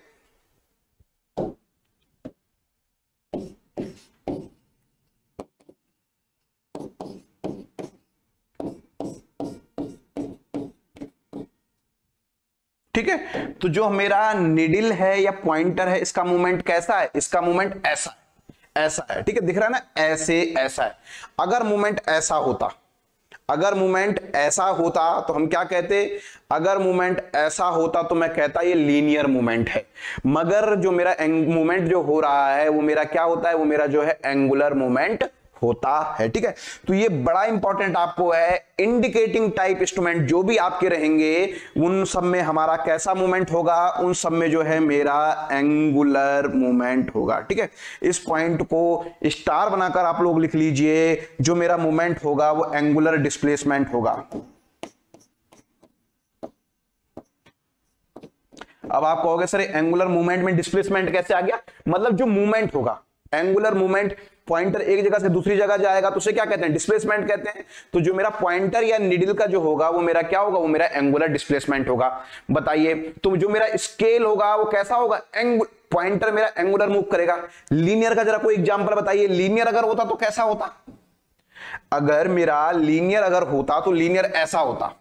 कैसे? ऐसे कुछ होता, 0 1 2 3 4 5 ऐसे कुछ होता। पॉइंटर मेरा कैसे जाता? पॉइंटर मेरा यहां रहता, पॉइंटर मेरा जो है ऐसे मूव करता आगे के लिए। ठीक है, ऐसा जो है मेरा पॉइंटर यूज करता। जैसे इसका एग्जांपल क्या है? इसका एग्जांपल जो है मेरा जो है लीनियर स्केल किसका है? थर्मामीटर का आप देख लेते हैं। तो थर्मामीटर का एग्जांपल जो है लीनियर है। सिस्मोग्राफ भी क्या है? सिस्मोग्राफ भी जो है मेरा लीनियर स्केल में दिखाता है। ठीक है, तो हमारे जो मोस्टली अगर मैं कहूं कि हमारे जो इंस्ट्रूमेंट रहेंगे उनमें लगभग जो है 99% में जो डिस्प्लेसमेंट रहेगा वो मेरा जो है एंगुलर डिस्प्लेसमेंट रहेगा। ठीक है, चलिए अब थोड़ा सा देखिए डिफ्लेक्टिंग टॉर्क क्या है आपका? डिफ्लेक्टिंग टॉर्क आपको बनाता है, हाँ रेडियो में देखा होगा आपने। पहले रेडियो में क्या होता था? जो है पॉइंटर को मूव करते थे, क्या करते थे?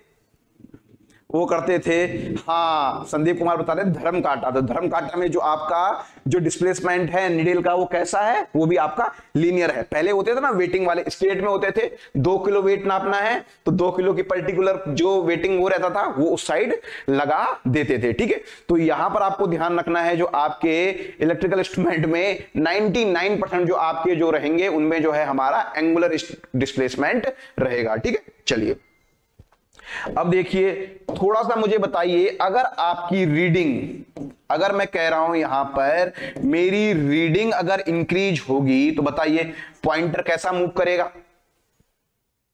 ठीक है, अगर मेरी रीडिंग इंक्रीज होगी तो पॉइंटर कैसा मूव करेगा? पॉइंटर ऐसे जाएगा। ऐसे को क्या कहते हैं? अगर मेरी रीडिंग इंक्रीज होगी तो पॉइंटर मेरा क्लॉकवाइज जाएगा। ठीक है, अभी मैंने कुछ नहीं बताया आपको, अभी मैंने केवल आपको ये बताया। और अगर मेरी रीडिंग डिक्रीज होगी, रीडिंग कम होगी तो पॉइंटर कैसे मूव करेगा? तो रीडिंग मेरी 4 से 3 हो गई तो पॉइंटर कैसे मूव करेगा? एंटी क्लॉकवाइज मूवमेंट करेगा।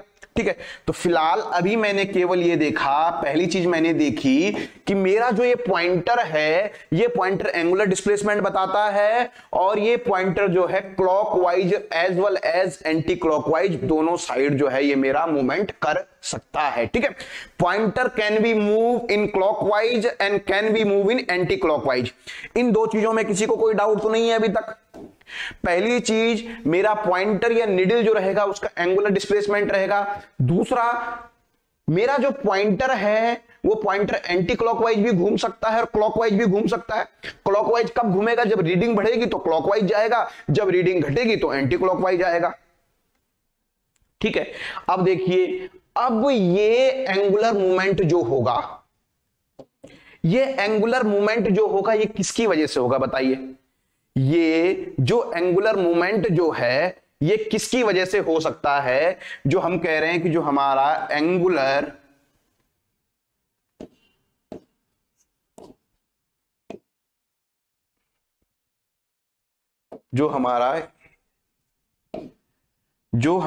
एंगुलर मूवमेंट, जो मेरा एंगुलर मूवमेंट है ये किसकी वजह से है? अगर हम बात करें ये एंगुलर मूवमेंट जो मेरा किसकी वजह से है? फोर्स की वजह से हो सकता है। और जो दूसरा क्या हो सकता है दूसरा मेरा जो है टॉर्क की वजह से हो सकता है। तो आपको मुझे बताना है, अभी डिफ्लेक्टिंग टॉर्क सब भूल जाओ। अभी मैं कह रहा हूं जो मेरी निडल आगे मूव कर रही है या पीछे मूव कर रही है, इसको मूव कराने वाला कौन है? कोई फोर्स है या कोई टॉर्क है? ये मुझे केवल बताइए आप।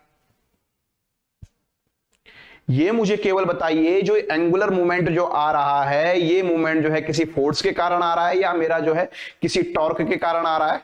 ठीक है, तो यहां पर आप सब लोग एग्री हैं कि जो मेरा एंगुलर मूवमेंट आ रहा है, ये एंगुलर मूवमेंट जो है मेरा टॉर्क की वजह से आ रहा है। तो देखिए मुझे अब यहां से इतना पता चल रहा है, आप कह रहे हैं ये मूवमेंट मेरा टॉर्क की वजह से आ रहा है। आपने कहा रीडिंग बढ़ रही है तो टॉर्क ऐसे जा रहा है, रीडिंग घट रही है तो टॉर्क ऐसे जा रहा है, ये भी आपने कहा। ठीक है, तो ये तो पता चला इस एंगुलर मूवमेंट के लिए मेरा क्या है, इस एंगुलर मूवमेंट के लिए मेरा ये टॉर्क है। अब ये टॉर्क कहां से आया? अब अगर आप बात करें इलेक्ट्रिकल इंजीनियरिंग में, ये टॉर्क कैसे आ सकता है? ये टॉर्क तो आपने ये दोनों चीजें जो बोली ये सब मैकेनिकल है।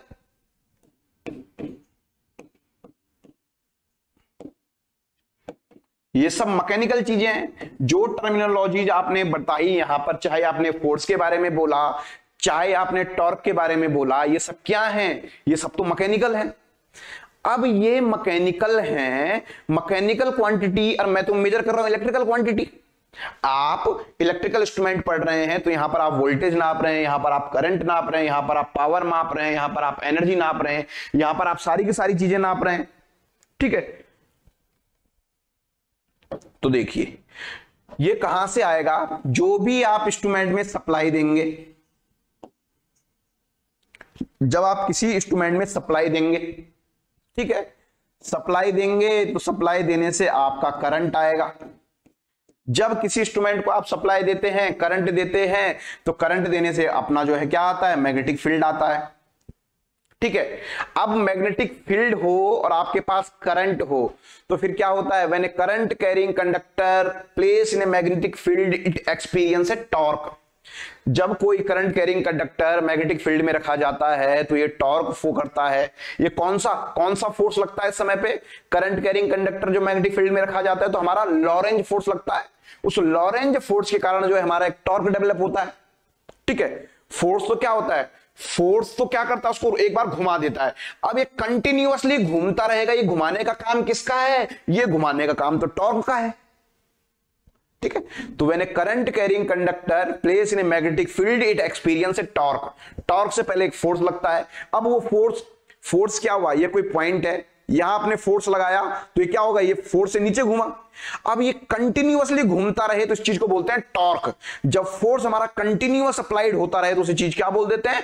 टॉर्क बोल देते हैं। तो जो भी हमारी जो मैकेनिज्म है, वो मैकेनिज्म जो है हमारा कुछ ना कुछ उसका रिलेशन कुछ सप्लाई करंट से, मैग्नेटिक फील्ड से, इन सब चीजों से है। ये चीज तो जो है मुझे क्या हो जा रही है? ये चीज तो जो है मुझे क्लियर हो जा रही है। तो अब वो जिस प्रिंसिपल के आधार पर आपका ये टॉर्क आता है, वो इंस्ट्रूमेंट आपका उस तरह का हो जाता है। क्या हो जाता है? यहीं से हमारा इस टॉर्क से हमारा ये टॉर्क हमारा किस तरह से डेवलप होता है, इस आधार पर ही हम लोग जो है हमारा इंस्ट्रूमेंट को कैटेगराइज करते हैं कि हमारा जो है ये इलेक्ट्रो मैकेनिकल है, परमानेंट मैग्नेट है, इलेक्ट्रोडायनामिक है, या आप कह सकते हैं हमारा जो भी इंस्ट्रूमेंट, हमारा जिस भी तरह का इंस्ट्रूमेंट हमारा होता है, वो सबके सम हम कैसे बताते हैं? वो सब हम दिखाते हैं हमारा इस टॉर्क से। इस टॉर्क के डेवलप होने के तरीके के आधार पर हम बताएंगे कि हमारा जो इंस्ट्रूमेंट है वो इलेक्ट्रोस्टैटिक्स है, इलेक्ट्रोडायनामो है, इंडक्शन है, थर्मल है, हॉल इफेक्ट पे बेस पे है, या किस चीज पे भी बेस्ड है, वो डिपेंड करता है इस टॉर्क पे। ठीक है, तो ये भी हम इसको आगे जानेंगे थोड़ा सा। ये मैंने हल्का सा केवल ओवरव्यू देने की कोशिश करी।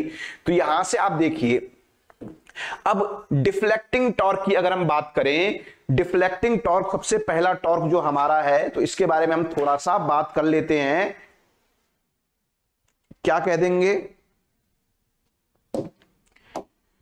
देंगे हम? अगर मैं बात करूं डिफ्लेक्टिंग टॉर्क की, सबसे पहले टॉर्क के बारे में इसकी जो है डेफिनेशन केवल लिख लेते हैं। डेफिनेशन के बाद जो है इसे फिर देख लेंगे।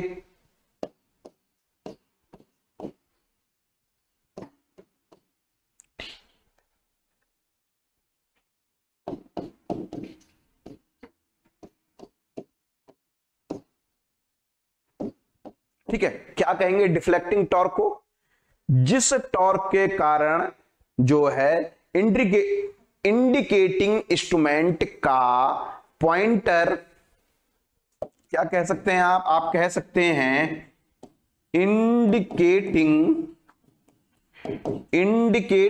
इंस्ट्रूमेंट किसका, इंडिकेटिंग इंस्ट्रूमेंट का पॉइंटर, इंडिकेटिंग इंस्ट्रूमेंट का पॉइंटर जिस इंडिकेटिंग इंस्ट्रूमेंट का पॉइंटर जिस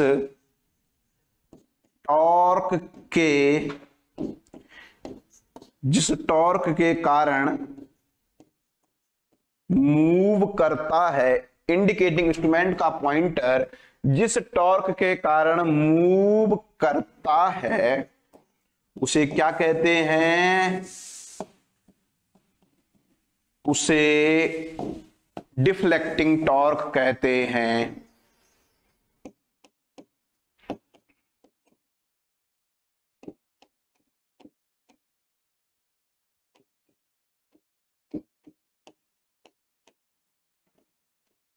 ठीक है, चलिए अब थोड़ा सा देखिए, जिस टॉर्क के कारण मूव करेगा, ये टॉर्क कहां से आएगा, ये टॉर्क का कहीं ना कहीं करंट से रिलेशन है। तो मैं ये भी कह सकता हूं जो ये मेरा डिफ्लेक्टिंग टॉर्क है टाउ डी, मैं कह रहा हूं ये मेरा जो है आई के प्रोपोर्शनल भी हो सकता है किसी इंस्ट्रूमेंट में, मैं देखूंगा। अब मैं आपको आगे बताऊंगा डिफ्लेक्टिंग टॉर्क आई के प्रोपोर्शनल किस इंस्ट्रूमेंट में आ रहा है, और मैं ये भी देखूंगा किस इंस्ट्रूमेंट में जो है मेरा डिफ्लेक्टिंग टॉर्क जो है आई स्क्वायर के प्रोपोर्शनल होगा, ऐसा भी मैं देखूंगा। और किसी में मैं देखूंगा किसी और चीज के प्रोपोर्शनल होगा। ठीक है, तो ये डिफ्लेक्टिंग टॉर्क मेरा करंट के प्रोपोर्शनल भी हो सकता है। ऐसा जो है पर्टिकुलर अगर मैं देखूं तो ये जो है मेरा किस में आता है, ये जो है मेरा पीएमएमसी में आता है। पीएमएमसी में जो मेरा डिफ्लेक्टिंग टॉर्क है ये करंट के प्रोपोर्शनल होता है। और अगर मैं बात करूं मेरे मूविंग आयरन में, तो मूविंग आयरन में जो मेरा डिफ्लेक्टिंग टॉर्क है ये मेरा जो है आई स्क्वायर के प्रोपोर्शनल होता है। ठीक है, तो डिफ्लेक्टिंग टॉर्क करंट के प्रोपोर्शनल होता है, करंट के स्क्वायर के प्रोपोर्शनल होता है, ये हम नहीं बता सकते। जब हम इंस्ट्रूमेंट पढ़ेंगे तो हम बता सकते हैं। ठीक है, मैंने जनरलाइज वे में आपको यहां पर लिख दिया कि आपका जो है ये डिफ्लेक्टिंग टॉर्क आपका जो है किस किस के प्रोपोर्शनल होता है। ठीक है, चलिए अब आप थोड़ा सा मुझे डिफ्लेक्टिंग टॉर्क के बारे में थोड़ा सा बताइए, इसमें निडल कैसे मूव करेगी। ये मैंने कहा ये मेरा स्केल यहां पर है। अब मैंने क्या करा, अब मैंने यहां पर स्केल बता दिया, ये क्या है मेरा, ये मेरा जो है इसके कारण जो है मेरा मूव करेगा। तो बताइए डिफ्लेक्टिंग टॉर्क अगर है, ये मैंने कहा ये 0 है, ये जो है मेरा क्या है, ये मेरा फुल स्केल वैल्यू है। तो डिफ्लेक्टिंग टॉर्क से आपका क्या आएगा, इस पॉइंटर को टॉर्क आएगा, मूव करने लग जाएगा। तो कहां मूव करेगा ये जो है आप देखोगे ये हमेशा ऐसे मूव करेगा। कैसे मूव करेगा, अगर मैं कहूं ये क्या है मेरा, अगर मैं कहूं ये मेरा जो है कैसे मूव करेगा, तो आप क्या कह सकते हो हमें, ये मुझे कह सकते हो कि ये हमेशा सर ये जो है मेरा लेफ्ट से राइट के लिए ही मूव करेगा। करेगा कि नहीं रहेगा। अगर मैं क्लॉकवाइज की फॉर्म में कहूं तो हमेशा जो है मेरा डिफ्लेक्टिंग टॉर्क हमेशा क्लॉकवाइज ही मूव करता है। ठीक है, तो दोनों पॉइंट बड़े इंपॉर्टेंट है। मेरा डिफ्लेक्टिंग टॉर्क हमेशा राइट से लेफ्ट के लिए मूव करता है, एंगुलर मूवमेंट करता है और क्लॉकवाइज मूवमेंट करता है। ठीक है, ये इस पॉइंट को बड़ा इंपॉर्टेंट है, लिख लीजिए इसको, डिफ्लेक्टिंग टॉर्क हमेशा क्लॉकवाइज मूव करता है। ठीक है, डिफ्लेक्टिंग टॉर्क हमेशा क्लॉकवाइज मूव करता है। ठीक है, तो इस पॉइंट को आप यहां से ये भी लिख सकते हैं, क्या लिख सकते हैं, आपका डिफ्लेक्टिंग टॉर्क पॉइंटर को, डिफ्लेक्टिंग टॉर्क का काम क्या है, डिफ्लेक्टिंग टॉर्क पॉइंटर को क्लॉकवाइज, डिफ्लेक्टिंग टॉर्क पॉइंटर को क्लॉकवाइज मूव करता है। ठीक है, इसके आगे एक और चीज है, इसके आगे एक और चीज है, बड़ी इंपॉर्टेंट चीज है, रुकना कहां है इसको नहीं पता। इसका काम क्या है, इसका काम केवल क्लॉकवाइज मूव कर देना है। अब रुकना कहां है वो नहीं पता।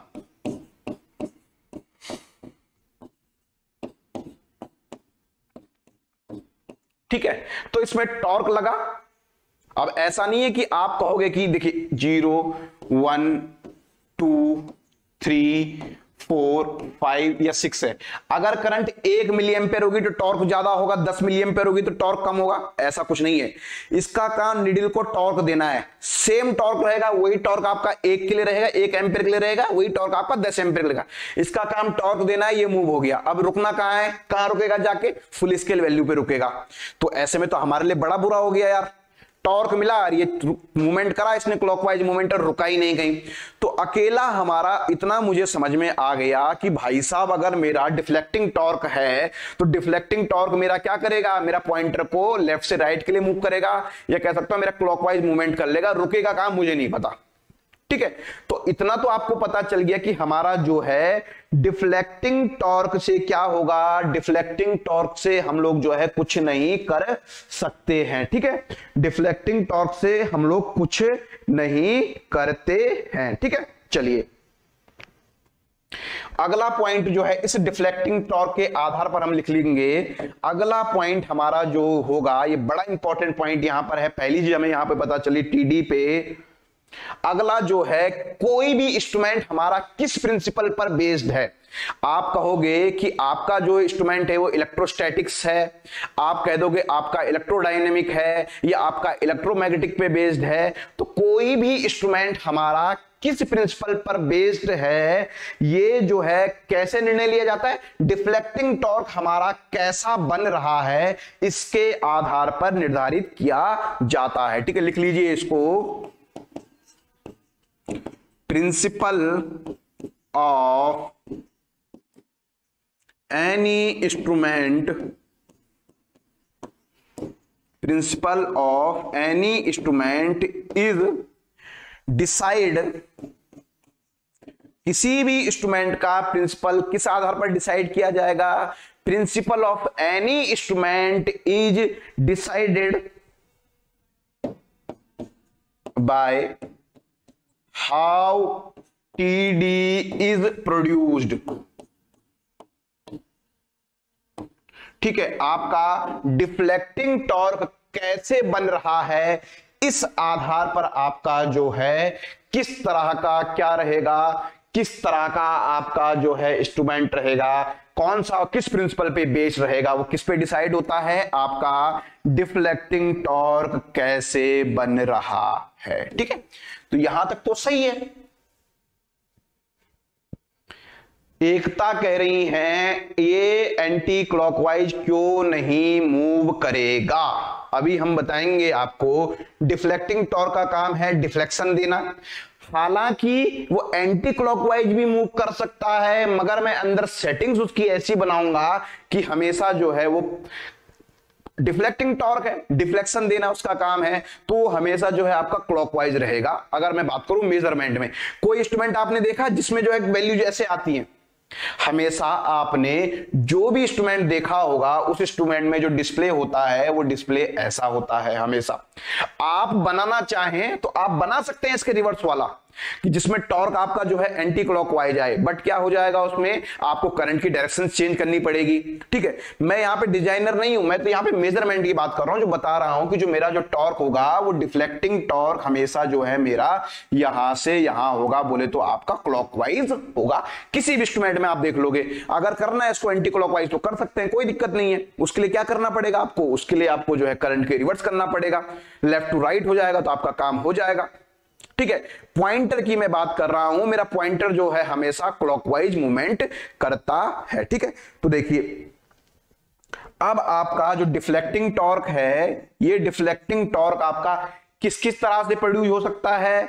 ये डिफ्लेक्टिंग टॉर्क आपका जो है मैग्नेटिक इफेक्ट के कारण हो सकता है, मैग्नेटिक इफेक्ट के कारण आपका ये हो सकता है डिफ्लेक्टिंग टॉर्क, तो हमारा जो है मैग्नेटिक इंस्ट्रूमेंट हो जाएंगे। ठीक है, ये डिफ्लेक्टिंग टॉर्क आपका और किस कारण हो सकता है, ये आपका जो है इलेक्ट्रोमैग्नेटिक इफेक्ट के कारण हो सकता है।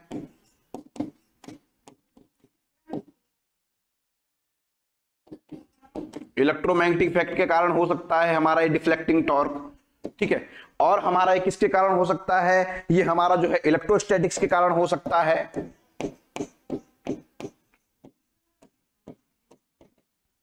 ये हमारा जो है इलेक्ट्रोस्टैटिक्स के कारण हो सकता है, और हमारा जो है इंडक्शन के कारण हो सकता है।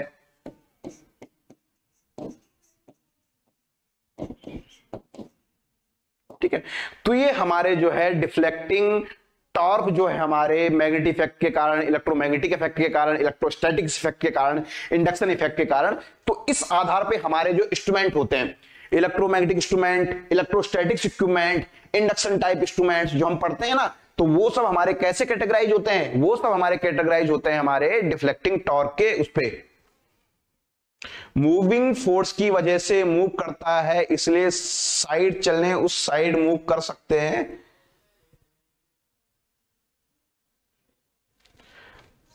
चलिए, कोई वो नहीं करना है, फोर्स है, टॉर्क की वजह से मूव कर रहा है, समझ नहीं आ रहा है आप लोगों को? ठीक है, चलिए ये समझ में आया यहां तक? किसी को कोई डाउट कि हमारा जो है डिफ्लेक्टिंग टॉर्क में पॉइंटर जो है मेरा क्लॉकवाइज मूव करता है, मूव करता रहता है, रुकना कहां है ये जो है मुझे नहीं पता होता है। ठीक है, तो अब आपने कहा, यहां पर आप देखिए, यहां पर आप देखिए, थोड़ा सा समझिए। अब जो है बड़ी इंपॉर्टेंट चीज पिक्चर में आ रही है कि आपका जो है यहां पर 0 है, यहां पर जो है फुल स्केल वैल्यू है। ठीक है, तो देखिए, अगर आपका कोई इंस्ट्रूमेंट है, बताइए जरा मुझे, कोई इंस्ट्रूमेंट है और उसमें केवल और केवल आपका, उस इंस्ट्रूमेंट में केवल और केवल आपका डिफ्लेक्टिंग टॉर्क वर्क कर रहा है, तो वो इंस्ट्रूमेंट क्या दिखाई देगा? अगर मैंने कहा कोई इंस्ट्रूमेंट आपके पास है, उसमें केवल और केवल मेरा डिफ्लेक्टिंग टॉर्क है, तो वो क्या दिखाई देगा? अगर ओनली मेरा जो है डिफ्लेक्टिंग टॉर्क है, तो ये क्या दिखाई देगा? ये जो है मुझे फुल स्केल वैल्यू दिखाई देगा। फुल स्केल वैल्यू पे जाके ये रुक जाएगा। क्यों रुक जाएगा? क्योंकि उससे आगे नहीं जा सकता। वहां पे क्या रहता है? एक लॉक पिन रहती है, वरना ये क्या रहता? अगर ये लॉक पिन ना रहती ना, तो ये घूमता, ये और आगे घूमता, घूम के दोबारा यहां आता, ये ऐसे घूमना चालू कर देता, जैसे हमारी मोटर घूमती है। जैसे हमारी मोटर घूमती है, आपने दिया टॉर्क, ये घूमता, ऐसे मूवमेंट करने लग जाता। बट क्या है? बट हमने तो उसको, इसकी स्पीड तो यहीं पे रोक दी, इससे आगे जा ही नहीं सकता। तो क्या हो जाएगा? फुल स्केल वैल्यू पे आके झम मारेगा, मतलब फुल स्केल वैल्यू के आगे जाके झम मारेगा। उससे आगे जा सकता था, उससे आगे जा सकता था, बट क्या है, हमने इसको रास्ता ही नहीं दिया। अगर इसको रास्ता मिलता तो उसका पॉइंटर ऐसे घूमता है, यहां क्या होता है? घड़ी की तरह घूमना शुरू कर देता। ठीक है, तो जब हमारा जो है फुल केवल और केवल डिफ्लेक्टिंग टॉर्क रहेगा, तो हमारा ऐसा रहेगा। तो देखिए, अब हमारा अकेला इससे तो काम चलेगा नहीं। सपोज मुझे जो करंट की वैल्यू मेजर करनी थी, वो 1, 2, 3, 4, 5 और यहां पे 6 एम्पियर मुझे करंट की वैल्यू मेजर करनी है। वो करंट है 3 एम्पियर। उस करंट के अकॉर्डिंग इसमें टॉर्क प्रोड्यूस होगा। वो टॉडी जो है मेरा उस करंट के प्रोपोर्शनल होगा या करंट के स्क्वायर के प्रोपोर्शनल होगा। ये अलग अलग इंस्ट्रूमेंट में अलग अलग आता है। आई के प्रोपोर्शनल आता है पीएमएमसी में, आई स्क्वायर के प्रोपोर्शनल आता है मूविंग आयरन में। ठीक है, तो अब देखिए, अब आपको क्या चाहिए? अब आपको एक दूसरा टॉर्क चाहिए। अब मुझे एक ऐसा दूसरा टॉर्क चाहिए जिस टॉर्क के कारण जो है मैं इसे रोक सकूं। तो वो टॉर्क किस डायरेक्शन में लगाना पड़ेगा? अब मुझे बताइए, मुझे जो है यहां पर एक और टॉर्क की आवश्यकता है। डिफ्लेक्टिंग टॉर्क ने तो क्या कर दिया? डिफ्लेक्शन दे दिया। ठीक है, अब मुझे एक टॉर्क चाहिए जो मेरा जो है अपोजिट डायरेक्शन में लगे। उस ही टॉर्क को मैं कहता हूं कंट्रोलिंग टॉर्क।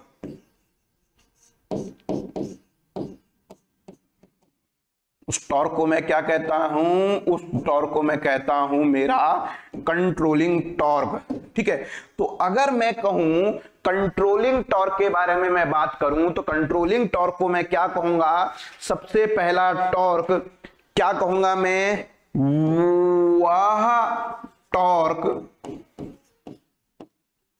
वह टॉर्क जो टीडी की, वह टॉर्क जो टीडी की अपोजिट,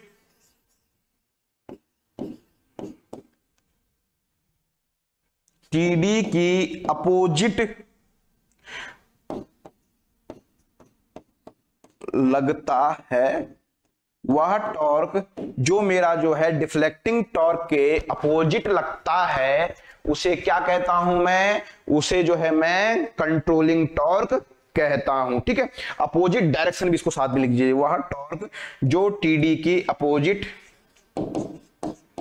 डायरेक्शन में लगता है। ठीक है, तो अब आपने कहा कि नहीं सर हम ऐसा करेंगे, ऐसा कोई इंस्ट्रूमेंट है अगर उसका डिफ्लेक्टिंग टॉर्क यहां लग रहा है तो हम ऐसा कुछ लाएंगे जो इसको रोक सके। और रुकेगा कहां पे? जहां पर मेरा डिफ्लेक्टिंग टॉर्क और कंट्रोलिंग टॉर्क इक्वल हो जाएगा वहां पर मेरा पॉइंटर रुक जाएगा। ठीक है, अब दो चीजें देखिए, आप कह रहे हो जहां पर मेरा डिफ्लेक्टिंग टॉर्क नियर बाई मेरे कंट्रोलिंग टॉर्क के इक्वल हो जाएगा वहां पर जो है मेरा पॉइंटर रीडिंग देना शुरू कर देगा। देखिए, डिफ्लेक्टिंग टॉर्क और कंट्रोलिंग टॉर्क की वैल्यू सेम तो हो नहीं सकती। ऐसा हो सकता है कभी कि दोनों वैल्यू सेम हो जाए, नियर बाई सेम हो जाएंगी, तो वहां पर मेरा जो है क्या हो जाएगा, वहां पर जो है मेरा पॉइंटर रुक जाएगा। ठीक है, तो क्या कहते हैं, वह टॉर्क जो पॉइंटर को कंट्रोल करता है। अब देखिए, डिफ्लेक्टिंग टॉर्क क्या पॉइंटर को कंट्रोल कर पा रहा है? नहीं कर पा रहा है। डिफ्लेक्टिंग टॉर्क आपने दिया, सुई पूरी घूम गई। अब हमें एक ऐसा टॉर्क चाहिए जो हमारे पॉइंटर को मूव कर सके। ठीक है, तो इसको क्या कहते हैं, इसीलिए इसका नाम कंट्रोलिंग टॉर्क रखा, कंट्रोल कर सके। तो अगला पॉइंट इसके बारे में हम लिख सकते हैं, ये पॉइंटर के अपोजिट डायरेक्शन में लगता है। दूसरा पॉइंट क्या हो सकता है, वह टॉर्क, इसीलिए इसको क्या कह रहे हैं, कंट्रोलिंग टॉर्क कह रहे हैं। वह टॉर्क जो क्या कर सके, वह टॉर्क जो पॉइंटर को कंट्रोल कर सके उसे क्या कहते हैं, उसे कंट्रोलिंग टॉर्क कहते हैं। उसे कंट्रोलिंग टॉर्क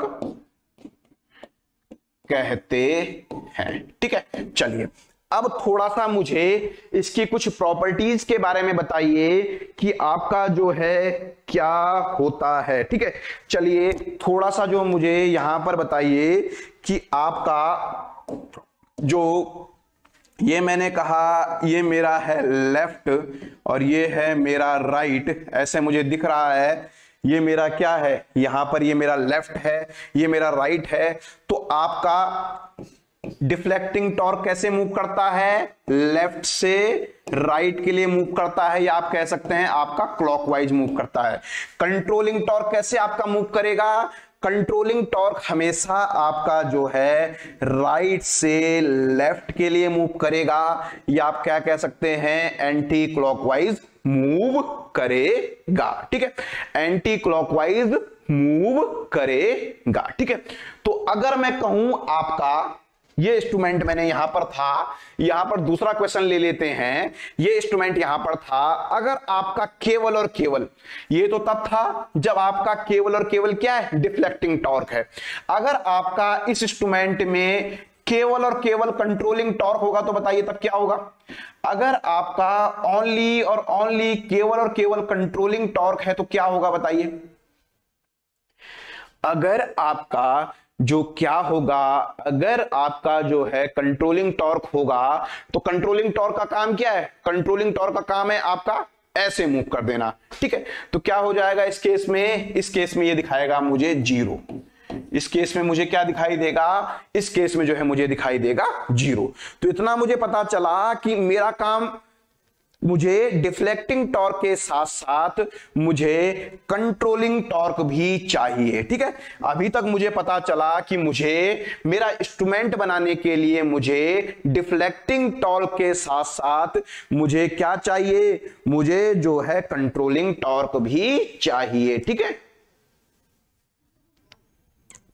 तो आप कह सकते हैं कि आपका कंट्रोलिंग टॉर्क का काम क्या होता है, कंट्रोलिंग टॉर्क का काम होता है हमारे पॉइंटर को कंट्रोल करना, पहला काम। दूसरा काम क्या होता है, दूसरा काम हमारा होता है, बताइए,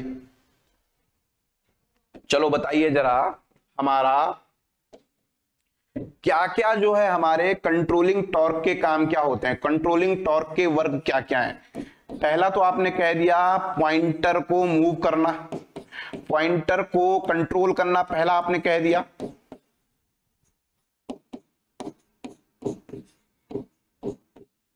ठीक है। दूसरा काम होता है हमारा, जैसे ही हमारा जो है डिफ्लेक्टिंग टॉर्क हट गया, जैसे ही मेरा डिफ्लेक्टिंग टॉर्क हट गया तो क्या होता है, इसको दोबारा से जीरो पोजीशन पर लाना। ये किसका काम होता है? अब आप देखिए, मैंने कहा ना, ये यहां पर आपने मेजर किया, ये आपका 5 एम्पियर आ गया। ये किसकी वजह से आ गया? कंट्रोलिंग टॉर्क आपने लगाया, डिफ्लेक्टिंग टॉर्क इक्वल हो गया, 5 एम्पियर आ गया। ठीक है, ये 0 था, यहां पर ये जो है 10 एम्पियर था, ये आपका जो है ये एमीटर से ये आ गया। ठीक है, नापा आपने। अब जैसे आप हटाओगे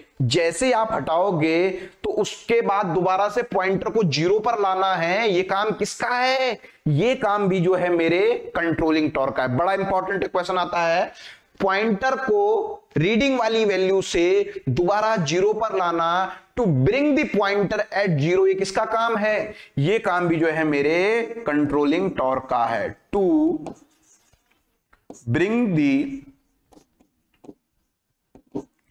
पॉइंटर एट 0, मेरे पॉइंटर को 0 पर लाना, ये काम भी जो है मेरे क्या है? ये काम भी जो है मेरे पर्टिकुलर जो है कंट्रोलर का है। ठीक है, कंट्रोल का है।